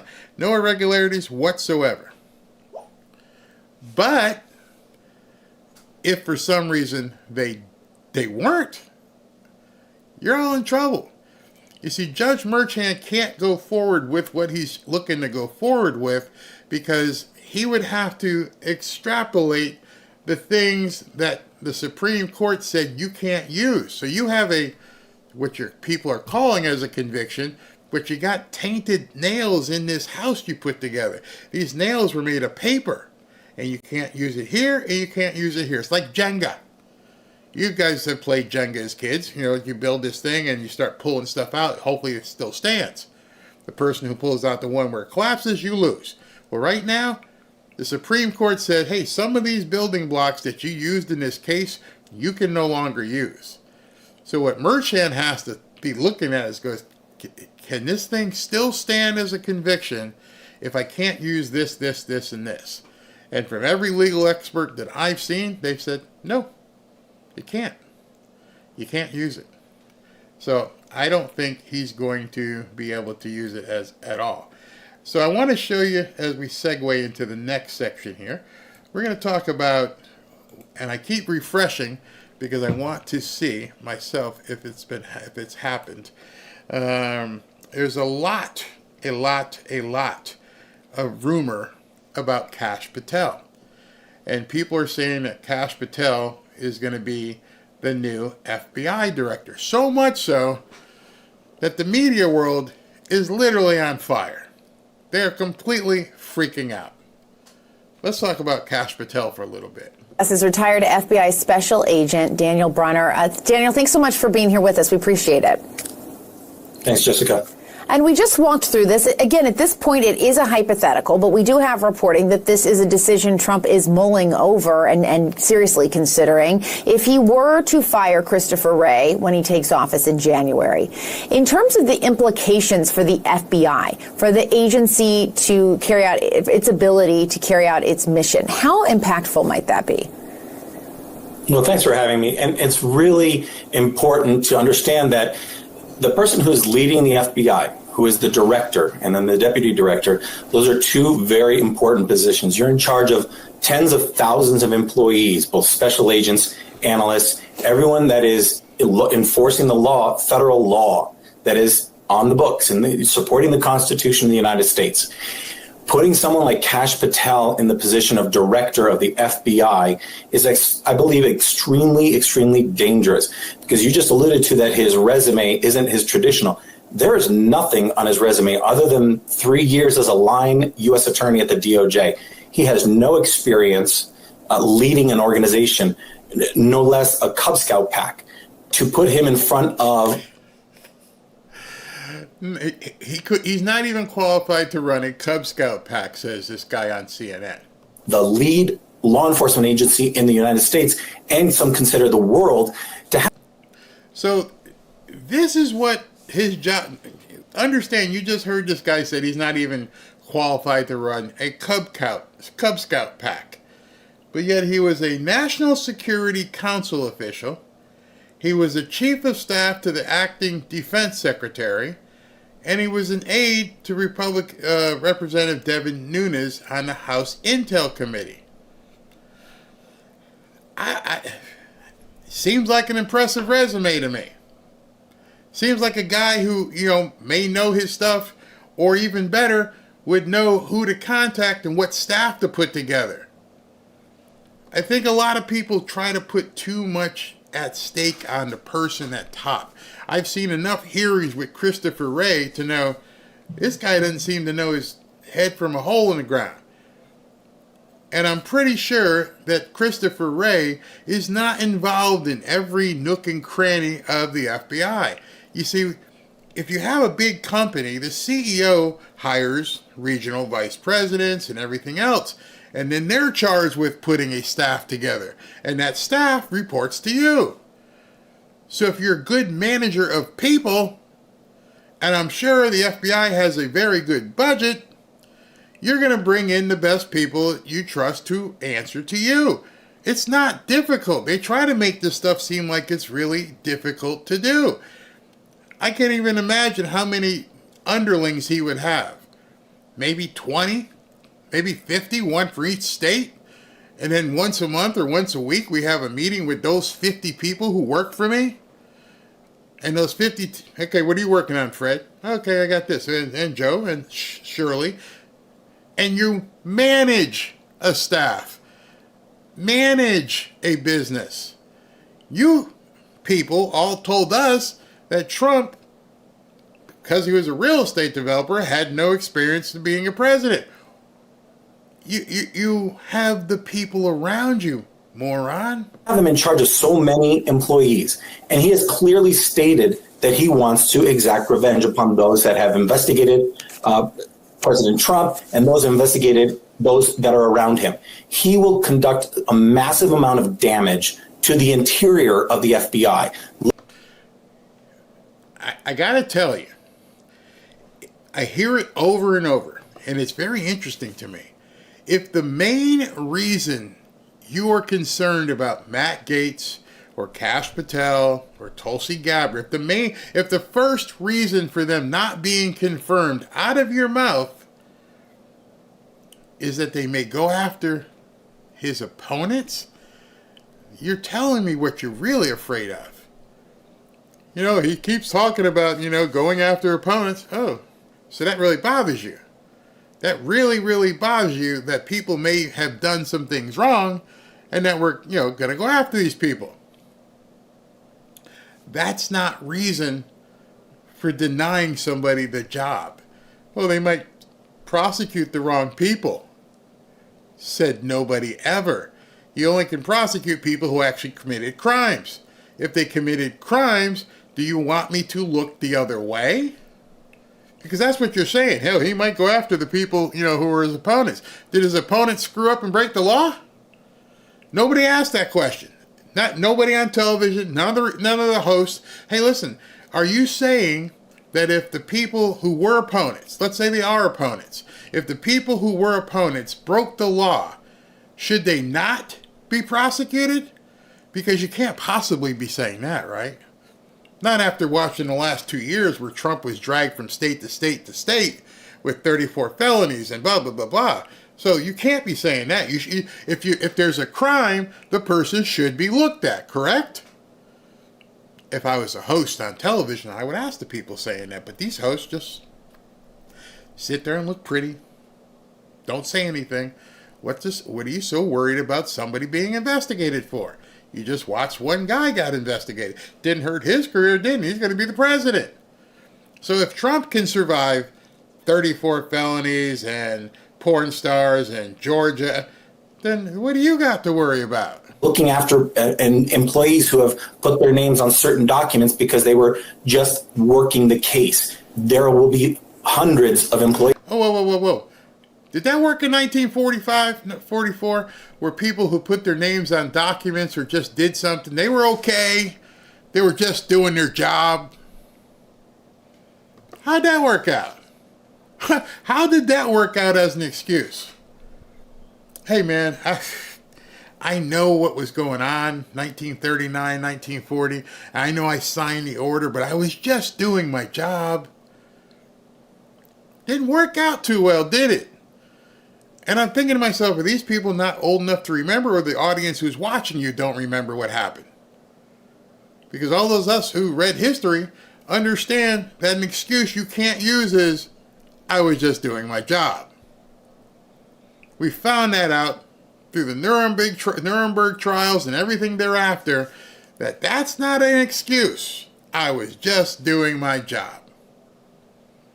But that's what they're leaning on. Who will be unjustly fired or have their security clearances removed only because he feels that it's something he needs to do. So I think he'll be very, very dangerous, Beck. I want to turn to Ken Delanian now. Talk a little bit more about Kash Patel. Ken, help us understand who he is and how he fits into this. Aaron, Kash Patel is probably the purest expression of MAGA conspiracy theories about the national security and law enforcement state in human form that there is. So he sort of came to the fore as a staffer for the House Intelligence Committee on the Republican side when they were fighting the Mueller investigation. And then he was hired in a Department of Defense role in the first Trump administration. And Donald Trump actually tried to make him deputy CIA director, but Gina Haspel, the CIA director at the time, threatened to resign if that happened. And so Trump didn't go through with it. But now he has sort of been waging war against what he calls the deep state. He wrote a memoir called Government Gangsters. What he calls the deep state. It's the boogeyman. It doesn't really exist as far as Ken Delanian for MSNBC, who has been fed nothing but information from the deep state for year after year or year. That's my entirety of my career. Go look it up. This thing called the deep state.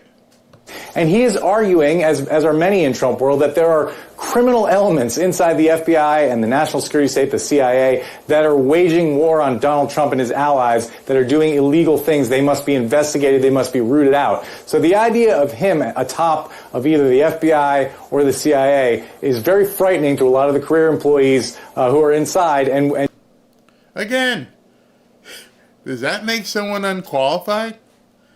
You just listened to two excerpts where people are saying someone's unqualified because, they might start looking at this thing called the deep state. You're unqualified. Yeah, the mere fact that you conspiracy theory-laden nut, you think there's this boogeyman from Monsters, Inc., the big blue guy, and you might want to go looking at that, and because you might want to look to see if there's fire under that smoke, you are disqualified. You shouldn't be here. So I shouldn't even look here? Nope, that disqualifies you. The fact that you even want to look disqualifies you. You're hopefully seeing at this point. They're not saying that he's not qualified because of what he can do, who he can work with, whether he can hire correctly, whether he knows the law. The main reason for him being disqualified is because he's looking at, books and records of people who might have done some stuff wrong. Just promises to be incredibly, incredibly disruptive, Aaron. So, Ken, I'd like to know, what are you looking at when it comes to some of the key posts that are being filled in the administration at this point? Well, just that. In terms of the world that I cover, the Department of Justice and the FBI, and then to a lesser extent the intelligence community, the world that I cover. Okay, just I want you to catch that. Big gap between someone like Kash Patel and a more traditional Republican like, say, Mike Rogers, who ran unsuccessfully for the Senate in Michigan, who's a Donald Trump supporter. He's a former FBI agent. He was chairman of the Republican, of the House Intelligence Committee under the Republicans. You find it odd that they want to tell Trump who he should be picking for his positions. You know, you should be picking this guy named Mike Rogers because, you know, we like him. We like Mike Rogers. Please, pick Mike, not Kash Patel. In a more normal era. So he's MAGA, he's a Trump guy, but he would be greeted, I think, inside the FBI as a sort of a normal FBI director. Kash Patel, that's another story. Oh, man. People get mad at me because I stop these things so often. Did you hear what he just said? He would be greeted in the halls of the FBI as someone that they would like to see as the FBI director. You know, the people who work for the guy would like to see. So now the next qualification that we're hearing is that the people who are going to be under you for the time being, those are the people that we should care about whether or not they like you. I worked in corporations for a long, long time. I don't know if you've ever worked in a big corporation, but when they hire me as a director or as a vice president, a couple things they say. A, here's your budget. B, here's what you're charged with doing. This is how we want you to do it. And C, let us know who you want to pick as staff. You see, I'm not going to go into some situation where I'm saddled with the people that suck so bad the other guy before me got fired. You realize that, right? You're taking over for somebody else, and I'll have a meeting with you. Hey, Sam, tell me what you do here and how long you've been doing it and how you've been doing. Susie, I'll listen, but I've already made up my mind on bringing in certain people to oversee you because my job and the success of my position is dependent upon the people under me doing what I want to do. I don't want to get a position at a new company where someone who's already been responsible for the other guy getting fired is now going, I have to appease him? Dude, you work for me. By the way, if you ever get a job where they hire you to manage a certain department and they don't give you the ability to manage your own people, don't take that job. They're setting you up for failure. It's a setup. The person who got fired, who you're taking their place, there's a reason why they got fired. So I'm just saying, let's continue. Same thing over at the Justice Department. There are people now who are under consideration for Attorney General. There's a man named Mark Paoletta who's been advocating that Donald Trump can order the DOJ to investigate particular people. That would violate 5 decades of post-Watergate norms. That would be one thing. And then there are other people like, for example, Matt Whitaker, who was acting Attorney General before, who would be seen as less disruptive, less threatening. So we're going to learn a lot about the direction of the second Trump presidency by looking at the people that he appoints to these very crucial roles. And his aides have said that for example, who he appoints as Attorney General is his most important priority. So we're going to learn a lot to who Trump appoints. By the way, that was today. He already appointed him, you idiot. If you're looking to learn who he's appointing, he already appointed him. So in talking about the FBI director that hasn't been appointed yet, people are rumored that it's going to be Kash Patel, and it must be out there. I don't know if Trump put out a trial balloon or what, but these people are freaking. They're fully freaking. Clearly, it's going to be on them to make this decision. So Trump is also reportedly considering Kash Patel to be FBI director. Patel worked in the Defense Department during Trump's first term. He's promised in the past to essentially go after Trump's enemies and including people. There we go again. It's the first thing they say. If I'm Trump and I'm an astute person and I'm listening to every one of these newscasts and the very first thing you say about every single person is he might go after my enemies. That's it. Does he work well with people? Is he a good manager? No, he might go after some people.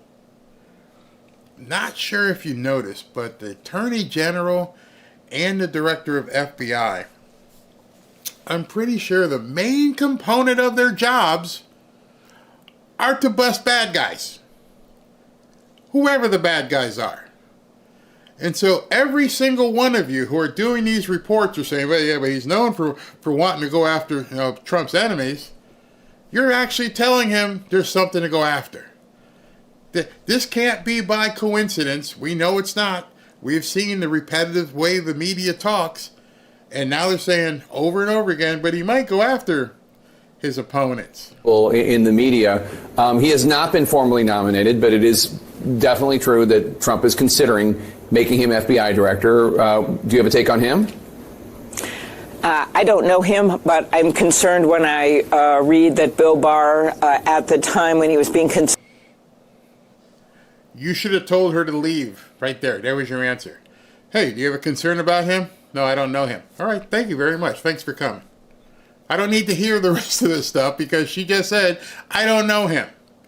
So how are you getting an interview and a response from somebody who openly says, I don't even know the guy? Considered for another position in justice that Trump's own former attorney general said over his dead body would he put this person in. What I would like to see happen, I would like to see Christopher Wray serve out his 10 years. Let's not forget, Christopher Wray was a Donald Trump appointee. And we have FBI directors' terms for 10 years, so they overlap presidents. In this case, a Republican president, then a Democratic president. Now we're back with a Republican president.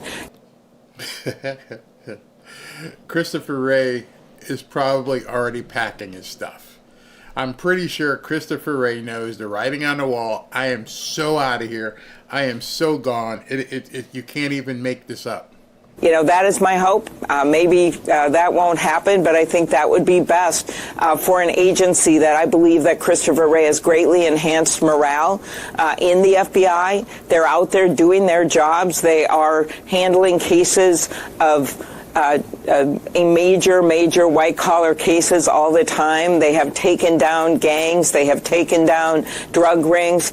And I am proud of a lot of the work that Christopher Wray has done. Even though he was a President Trump appointee, I did support him, as did, I think, 97 senators. So you should look back at that bipartisan vote that he got when he was chosen, when Jeff Sessions was Attorney General. And I think you'll see. Who?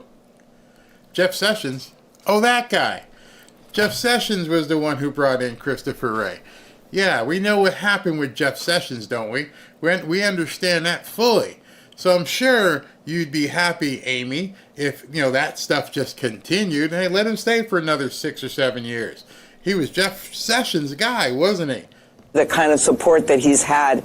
Just the other day, and with everything being said about Kash Patel right now, I think it's really important that you hear this again and hear this guy's mindset. This is what they're afraid of. What he says right here is Kash Patel, just named the director of the FBI.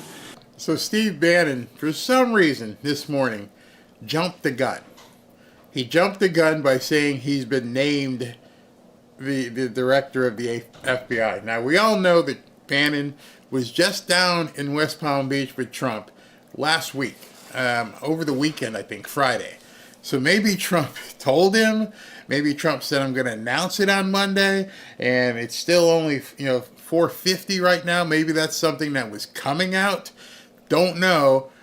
He corrected himself later, but he came out and said, Kash Patel has been named the director of the FBI.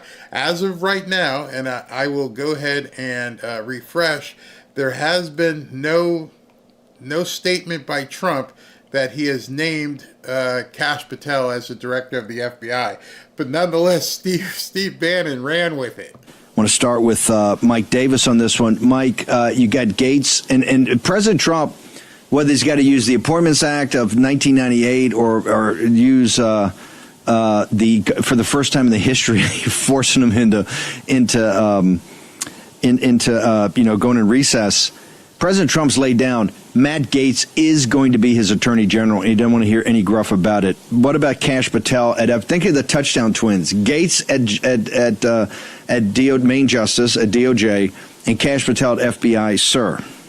Kash Patel is another grand slam pick by President Trump to lead the FBI, the most broken and corrupt institution in Washington, D.C. Kash has serious legal credentials, serious national security credentials, and he will go in there and make the necessary reforms to fix the FBI that has been so badly politicized and weaponized against Trump, his top aides, his allies, since at least Crossfire Hurricane, the biggest scandal. Have you noticed that other than Marco Rubio and Kristi Noem, everybody else they've attacked, they seem to be okay with Marco Rubio.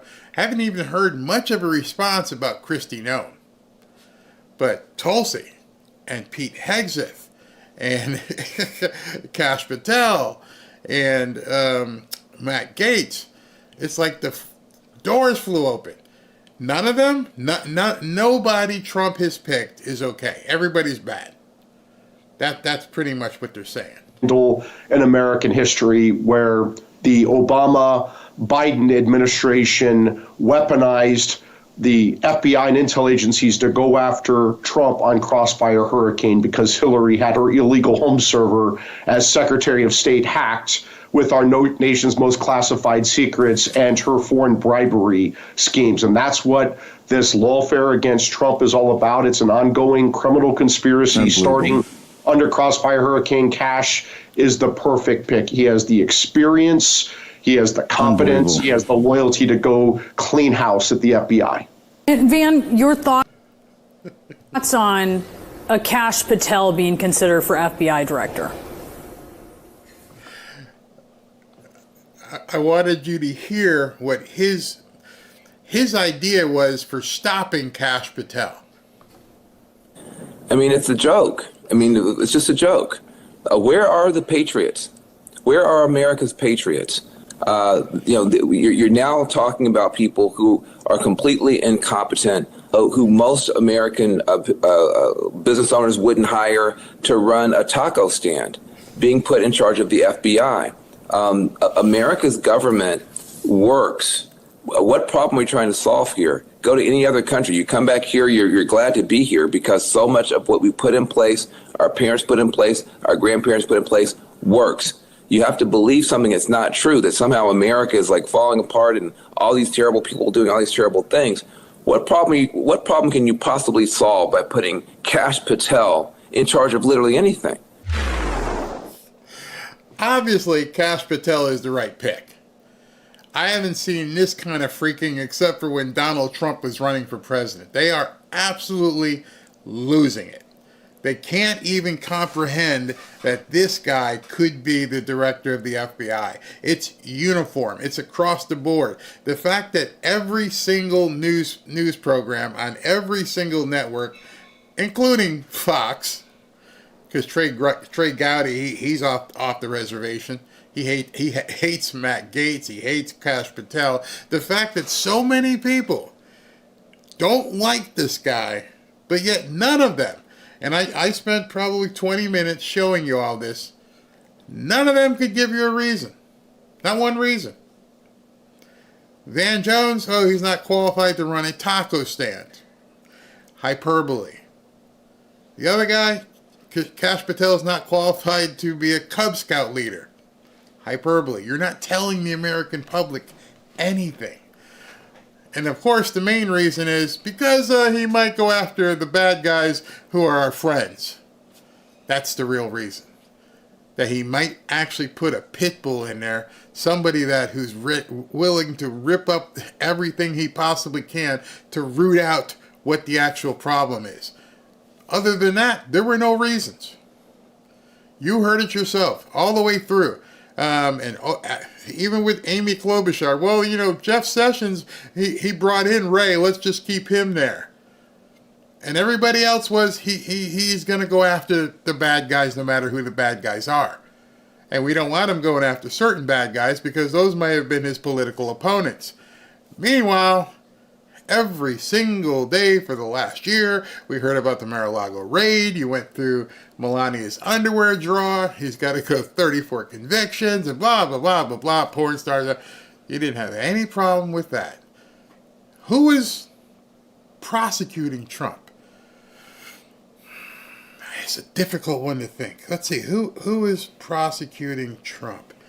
Merrick Garland's office, yeah. And who was your boss's opponent? Oh, Donald Trump. So you were going after your political opponent. Just so we could make sure everyone understands, you are afraid of Trump doing what you did.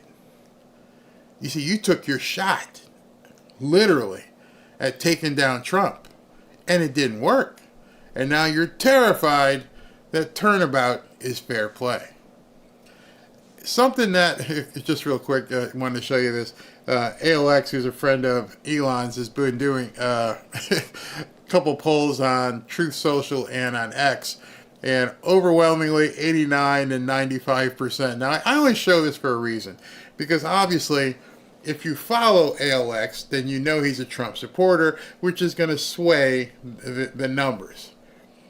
But the fact remains that 95% of Trump supporters, and I bet that's true across the board, are okay with a FBI director and an attorney general who's going to go after whoever does the crime.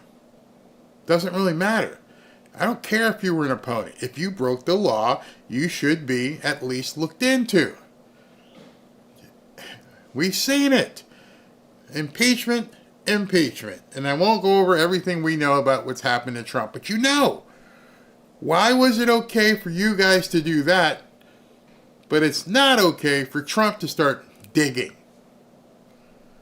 Nobody answers that. They never do. Hey, he might go after his political opponent. Okay, well, you set the precedent. That's a legal term. You set the precedent. You dug and dug and dug and dug and found some very, very obscure law, and you got Alvin Bragg to trump it up to a felony when the statutes of limitation had run out on the misdemeanor, and you manufactured a crime that wasn't there. That is the literal definition of going after your opponent. There was no crime. But now you've told everybody over and over and over, you shouldn't go after, anybody. Now, there was something that Kash Patel said earlier I want to dovetail back on. He mentioned people at the FBI who get paid who don't go to work. And I thought that was stunning when I heard that. And I'm like, I watched The Sopranos, and I understand what a no-show is. You get paid for not even going to work. How many people in our government right now did Obama and his communists put into office who don't go to work? And so I saw that Vivek was all over it. I'm hearing that via allies, that federal government unions are scrambling to update their collective bargaining agreements to avoid getting fired. The prospect of being asked to return to the office 5 days per week, like most working Americans, apparently has them in tears. So what we're uncovering before they even get into office is that there is a enormous amount of people who are getting an enormous amount of money who don't even have to go to work. In fact, some of them have other jobs. They just get a paycheck from the government. They don't have to go to the office. They don't do anything. Our entire government is populated with no-shows. Your tax dollars that you go to work or have saved or you pay into are paying for people, like Kash Patel said, seats. There's nobody in those seats. They just get paid. The government issues checks. These people are working someplace else. They are the literal definition of a mafia no-show. If that doesn't piss you off, I don't know what will. all these people getting paid to do absolutely nothing. It's crazy, absolutely crazy. Who put that in place? What kind of DEI redistribution was that? Hey, listen, here's what we're going to do. We're going to hire all these people. Tell them they don't have to even come to the office. Nope, don't even come here. We'll just pay you. You know, because you're a DEI hire, you can't do the work anyway, but we're going to pay you so we can say that our, you know, our labor numbers are good. But there's nobody here. They're walking through these office buildings and there's nobody here. Well, that's where Charlie sits. Where's Charlie? Oh, he doesn't come in the office. When's the last time he's been here? I don't know, 4 years ago. I swear to God. There are people who haven't been in an office for 3 and 4 years. The people in the building don't even know who they are. That's not getting talked about enough. That's not getting said that the government is full of no-shows. Go look that up. Like I've told you, I don't tell you anything you can't go look up yourself. There are so many people. And I'm waiting for someone to come up with an estimate of the number. But I've been hearing upwards of 100,000 jobs where the people don't even go to the office. Can you even fathom that? These people are probably getting good high 5, maybe low 6-figure deals. And they don't even go to work and they're working other jobs. We've been scammed so hard. And the scam has been for so long. These people are terrified at this point. No wonder, as Vivek says, that they're afraid because they're in tears. I'd be in tears if I had this cake no-show job where I was getting a deposit every 2 weeks from the federal government for like, you know, a couple, 4, 5, 6,000 every 2 weeks, and I've never even seen my desk. Piss you off yet? Yeah, it should. It should absolutely piss you off. Look that up. Never came up during the election. People didn't talk about it, but now as Vivek and Elon are digging, people are finding out about these no-show jobs that they've been reporting as the economy's doing great, the labor market, unemployment's fantastic. Well, of course it's fantastic if you're using government dollars to pay for people who don't even go to work. You just put a nameplate on a seat someplace in Washington. Meanwhile, the person's living in Jersey. I don't even know how that's legal. Don't know. So as you know, one of the things that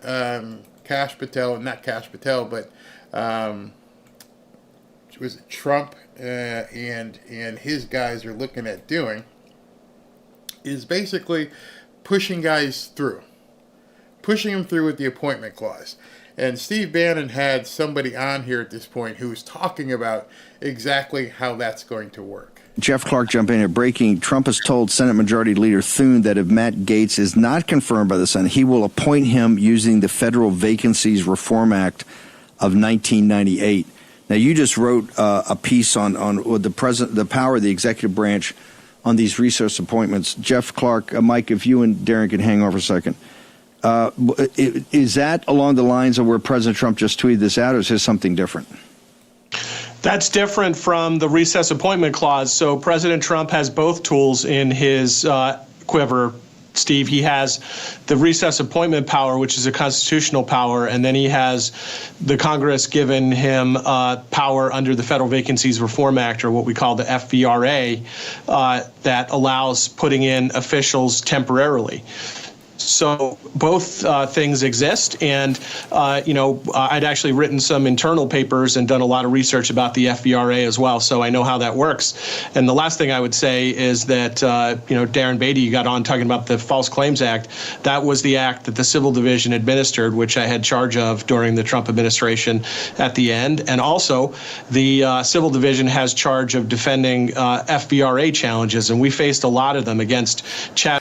So Trump, his guy he used to work with, has dug in deep into the different laws and ways that he can get his appointees through. So in addition to the recess appointments, he's talking about another law that's on the books that will allow him, the Federal Vacancy Act. So it's going to happen. You can't stop it at this point. He may dance around and let you, see if you're going to confirm him the regular way. But they're going to be in office. If I were Trump, I wouldn't even give them the shot of a hearing. I would just say, here we go. We're going in right now. I mean, I would. Wolf, especially at the Department of Homeland Security. So this is a key tool that President Trump also has to fill out his cabinet and sub-cabinet. Does your paper, and we'll get it, does your paper and analysis say that basically President Trump can force the hands of both houses of Congress to basically put him into recess, and then he does his recess appointments? I just want to make sure that, Rachel, that Nicole Wallace's head blows up appropriately today for her show. Are you saying that President Trump can actually force the houses into recess and do his appointments then? All right, so this is your payoff for sitting here for 2 hours. This is the payoff. This guy, what he's about to tell you in this last 30 seconds of this clip, should make you feel really, really good about Trump getting his guys in office. So, Steve, under the Constitution, if the two houses disagree about whether to adjourn or stay in session, then the president has the power to send them into recess, both houses, for as long as he sees fit. So it's a very important power. It hasn't been wielded in the past before, but the framers were keen on giving that power to the president. It's an analog of a power that existed in English law. There you have it. So all the stuff that they're talking about in the media, everything that they're bandying about, saying he shouldn't be, they can't stop him. I wanted you to hear that because I keep telling you there's no way they can stop him. He knows the law. He's got the Constitution on his side. This is, you get people who say, it's an end run or he's found a loophole. No, it's the Constitution. It specifically says. And you won't hear anybody on the left talking about it. They won't even say he can do it. And you hear some people on the right going, but it's not really right. He should do it this way. What do you think they would do if the shoe was on the other foot? If right now Kamala Harris got in with a mandate and won the popular and the electoral college, and she had the House and the Senate. Well, number one, she wouldn't have to do it because the Democrats would be lockstep. They never have to worry about that. At least you give them that credit. They always vote unanimously. They don't care. It's the Republicans who have weak spines. It's the Republicans who all hem and haw and try to come across as individuals instead of voting as a block. None of this would be in any discussion if the Republicans acted like the Democrats. If they just said, all right, Trump wants it, it's done. Here's 53 votes. No question asked. Then you wouldn't have to worry about any of this. But now you got McConnell leaking out information about how it ain't ever happening. Oh, why? Why would it not happen? Why are you people not getting behind a president who has had a landslide and a mandate? Why? I think we all know the answer. I think that answer scares people. I think that answer reveals so much. Because once Matt Gaetz gets in there and he starts peeling back that onion, it's going to be party agnostic. And what I mean by that is it doesn't matter whether you're a Republican or a Democrat. If you broke the law, you're going to jail. If you've been taking payments, if you've been doing all kinds of shady stuff, it's not going to matter whether you have an R or a D after your name. In fact, some of the people who are going to go down are probably going to squeal on you. And then, Lord forbid, you visited that island or hang out with Diddy. We won't even go there tonight. But we do know something is being hidden. Both sides. I can expect the Democrats to fight him. I don't understand the Republicans that want to fight him. Because that just is very indicative of the fact that you've done some shady shit. And you don't want anybody to know. Tim Scott, you showed us. You were on the campaign trail. You were at many of the rallies. And your first chance that you got to basically show you were behind him, you wanted to hire a Mike Pence guy. Which tells me you're compromised too.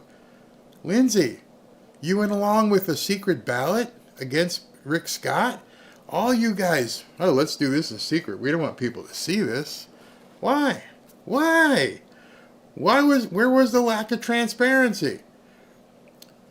If I know anything about looking at how Donald Trump operates, that pissed him off to no end. He didn't say anything. He let it happen, but he knows what that meant. The fact that you wouldn't do a public vote for Rick Scott, that you had to do a secret ballot, spoke volumes. And maybe many of you do need to go to jail. Maybe that's exactly. So it's not just his opponents. Well, I guess that is an opponent. That's what they're afraid of. People know where the bodies are buried, and it's easy to track it.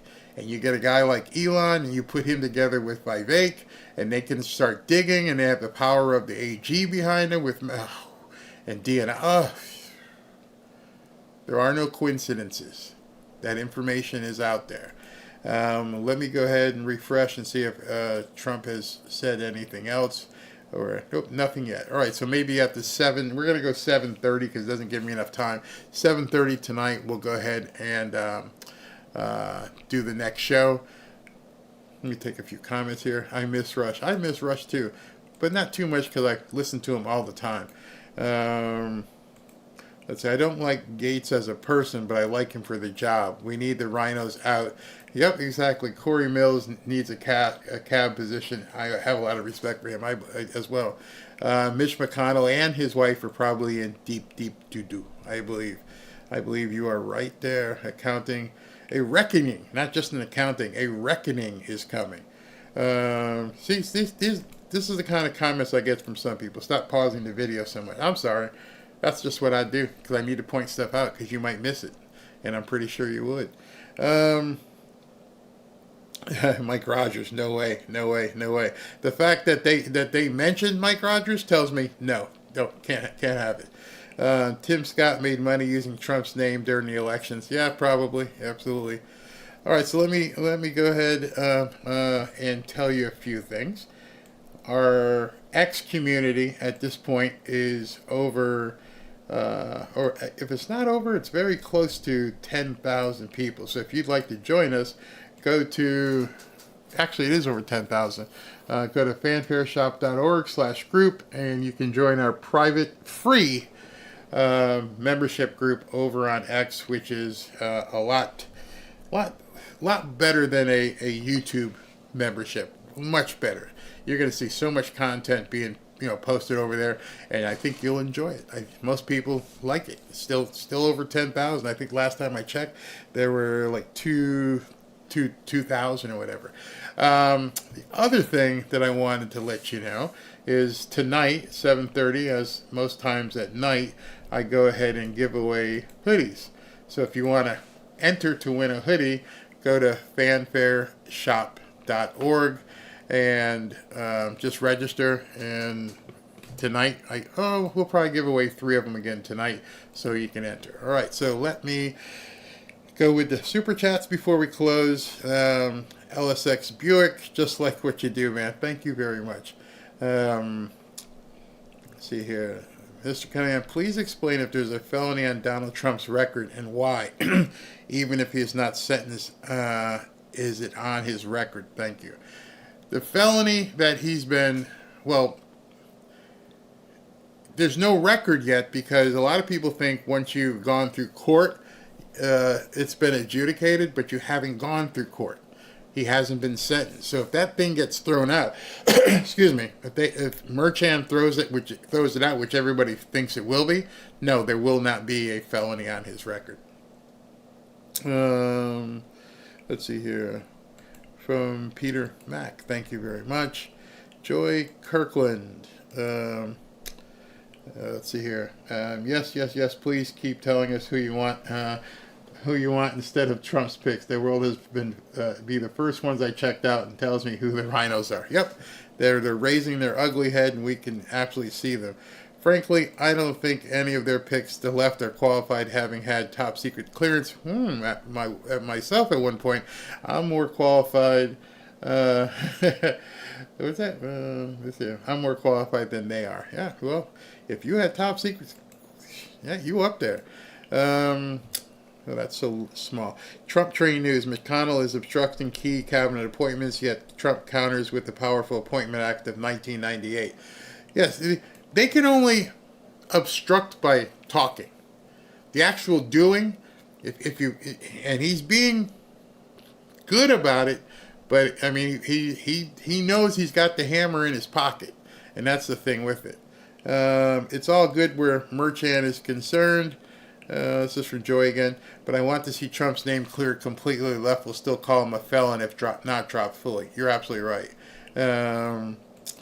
Dave the Patriot.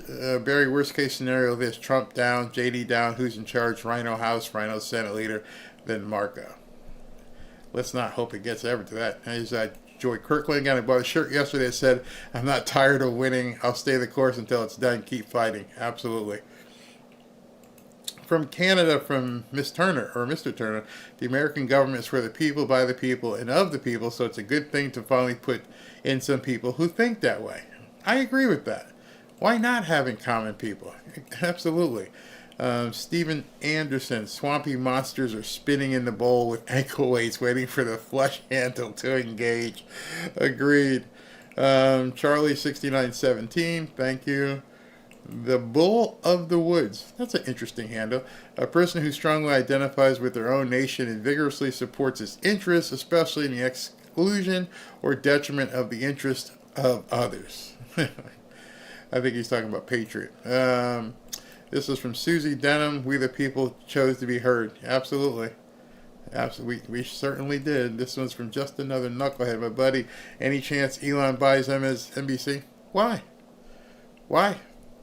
It has no value to this guy's got his own platform. I wouldn't buy it. I mean, he can buy all the equipment that he wants, so he doesn't need them. Michael Nace, Elon will use the audit to make these rhinos play ball. It'll be epic. Yeah, can you imagine once they start digging? Once people nobody has ever dug the way I think they're about to dig right now. Black Yellow Fash. Begin resigned as prime minister in 1983. He died in March 1992 after a heart attack. He was 78 years old. That was 31 years ago. Yeah, he's talking about that guy who said, I remember interviewing Menachem Begin. Okay. The lefties on The View are not real journalists. Nope, they are not. I don't even know who is a real journalist at this point. Here we go. Next page here. Let me see. Did I cover this one already? Excuse me. From Jose Bazil. Hey, Barry, as they say, the lunatics are running the asylum. Fantastic show as usual. One question. What is the equestrian mention? Oh, talk about the horse milkshake. Well, I can't say here, but I'm sure there's quite a few people who will tell you all about the horse shake milkshake with Tim Waltz. I know it's very unlikely, but if you ever invited to appear on the Ville, would you do it? No. I just don't have a inclination to go where I'm not wanted. There's nothing to gain from it. You're going there to be ridiculed. No, I don't even know why any conservative goes on any of these networks at this point. Why would you even bother going on CNN or MSNBC or ABC and you saw what happened on 60 Minutes last night. They tried to attack Pete Hegseth and others. Hey, Luther, thank you very much. Yeah, so I wouldn't do that. Why would you subject yourself to that crap? Can you, Kimmy696, can you address what is going on with JD? Elon is always with Trump, and we have not seen the VP in weeks. Weeks. Yeah, I've seen him together with him. Yeah, they've been together. I mean, I don't know. Maybe JD went home to Ohio to be with his wife and kids. I'm not really sure.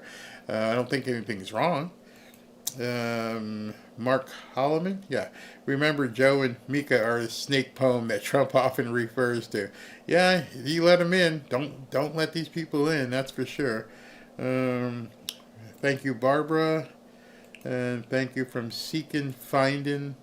They were kissing DJT's tan butt because they know that 75% of their ad revenue comes from Big Pharma. The FCC doesn't need to do anything but agree with Bobby. So true. Imagine that 75% of your revenue going out the door with this one signature. JD from S.A. Barry replace the S word with Schiff. They're full of Schiff. Okay, I can do that. Patsy McClune, hi again. Keep up the good info. God bless you and your family, including the furry ones. Thank you very much. I don't know where is he still in here. Oh, he's still here. He's laying underneath the desk here. From Muse and Spears, are you talking about Matchit or rather Ratchet? Mad Cow and Spoil. Oh boy. Let's see if that's. I think I've got everything there. Hopefully I didn't miss somebody. If I missed somebody, I'm sure that SV or somebody will let me know that I missed. I think I got everybody. There's one late one here. Just like what you do. Okay, that was from before. All right, so I'll see you guys at 7:30 for the evening show and daily recap. It's 5:22. Thanks for tuning in. Do me a favor, if you are prone to seizures, don't watch the outro here because somebody told me it can cause problems. Talk to you at 7:30.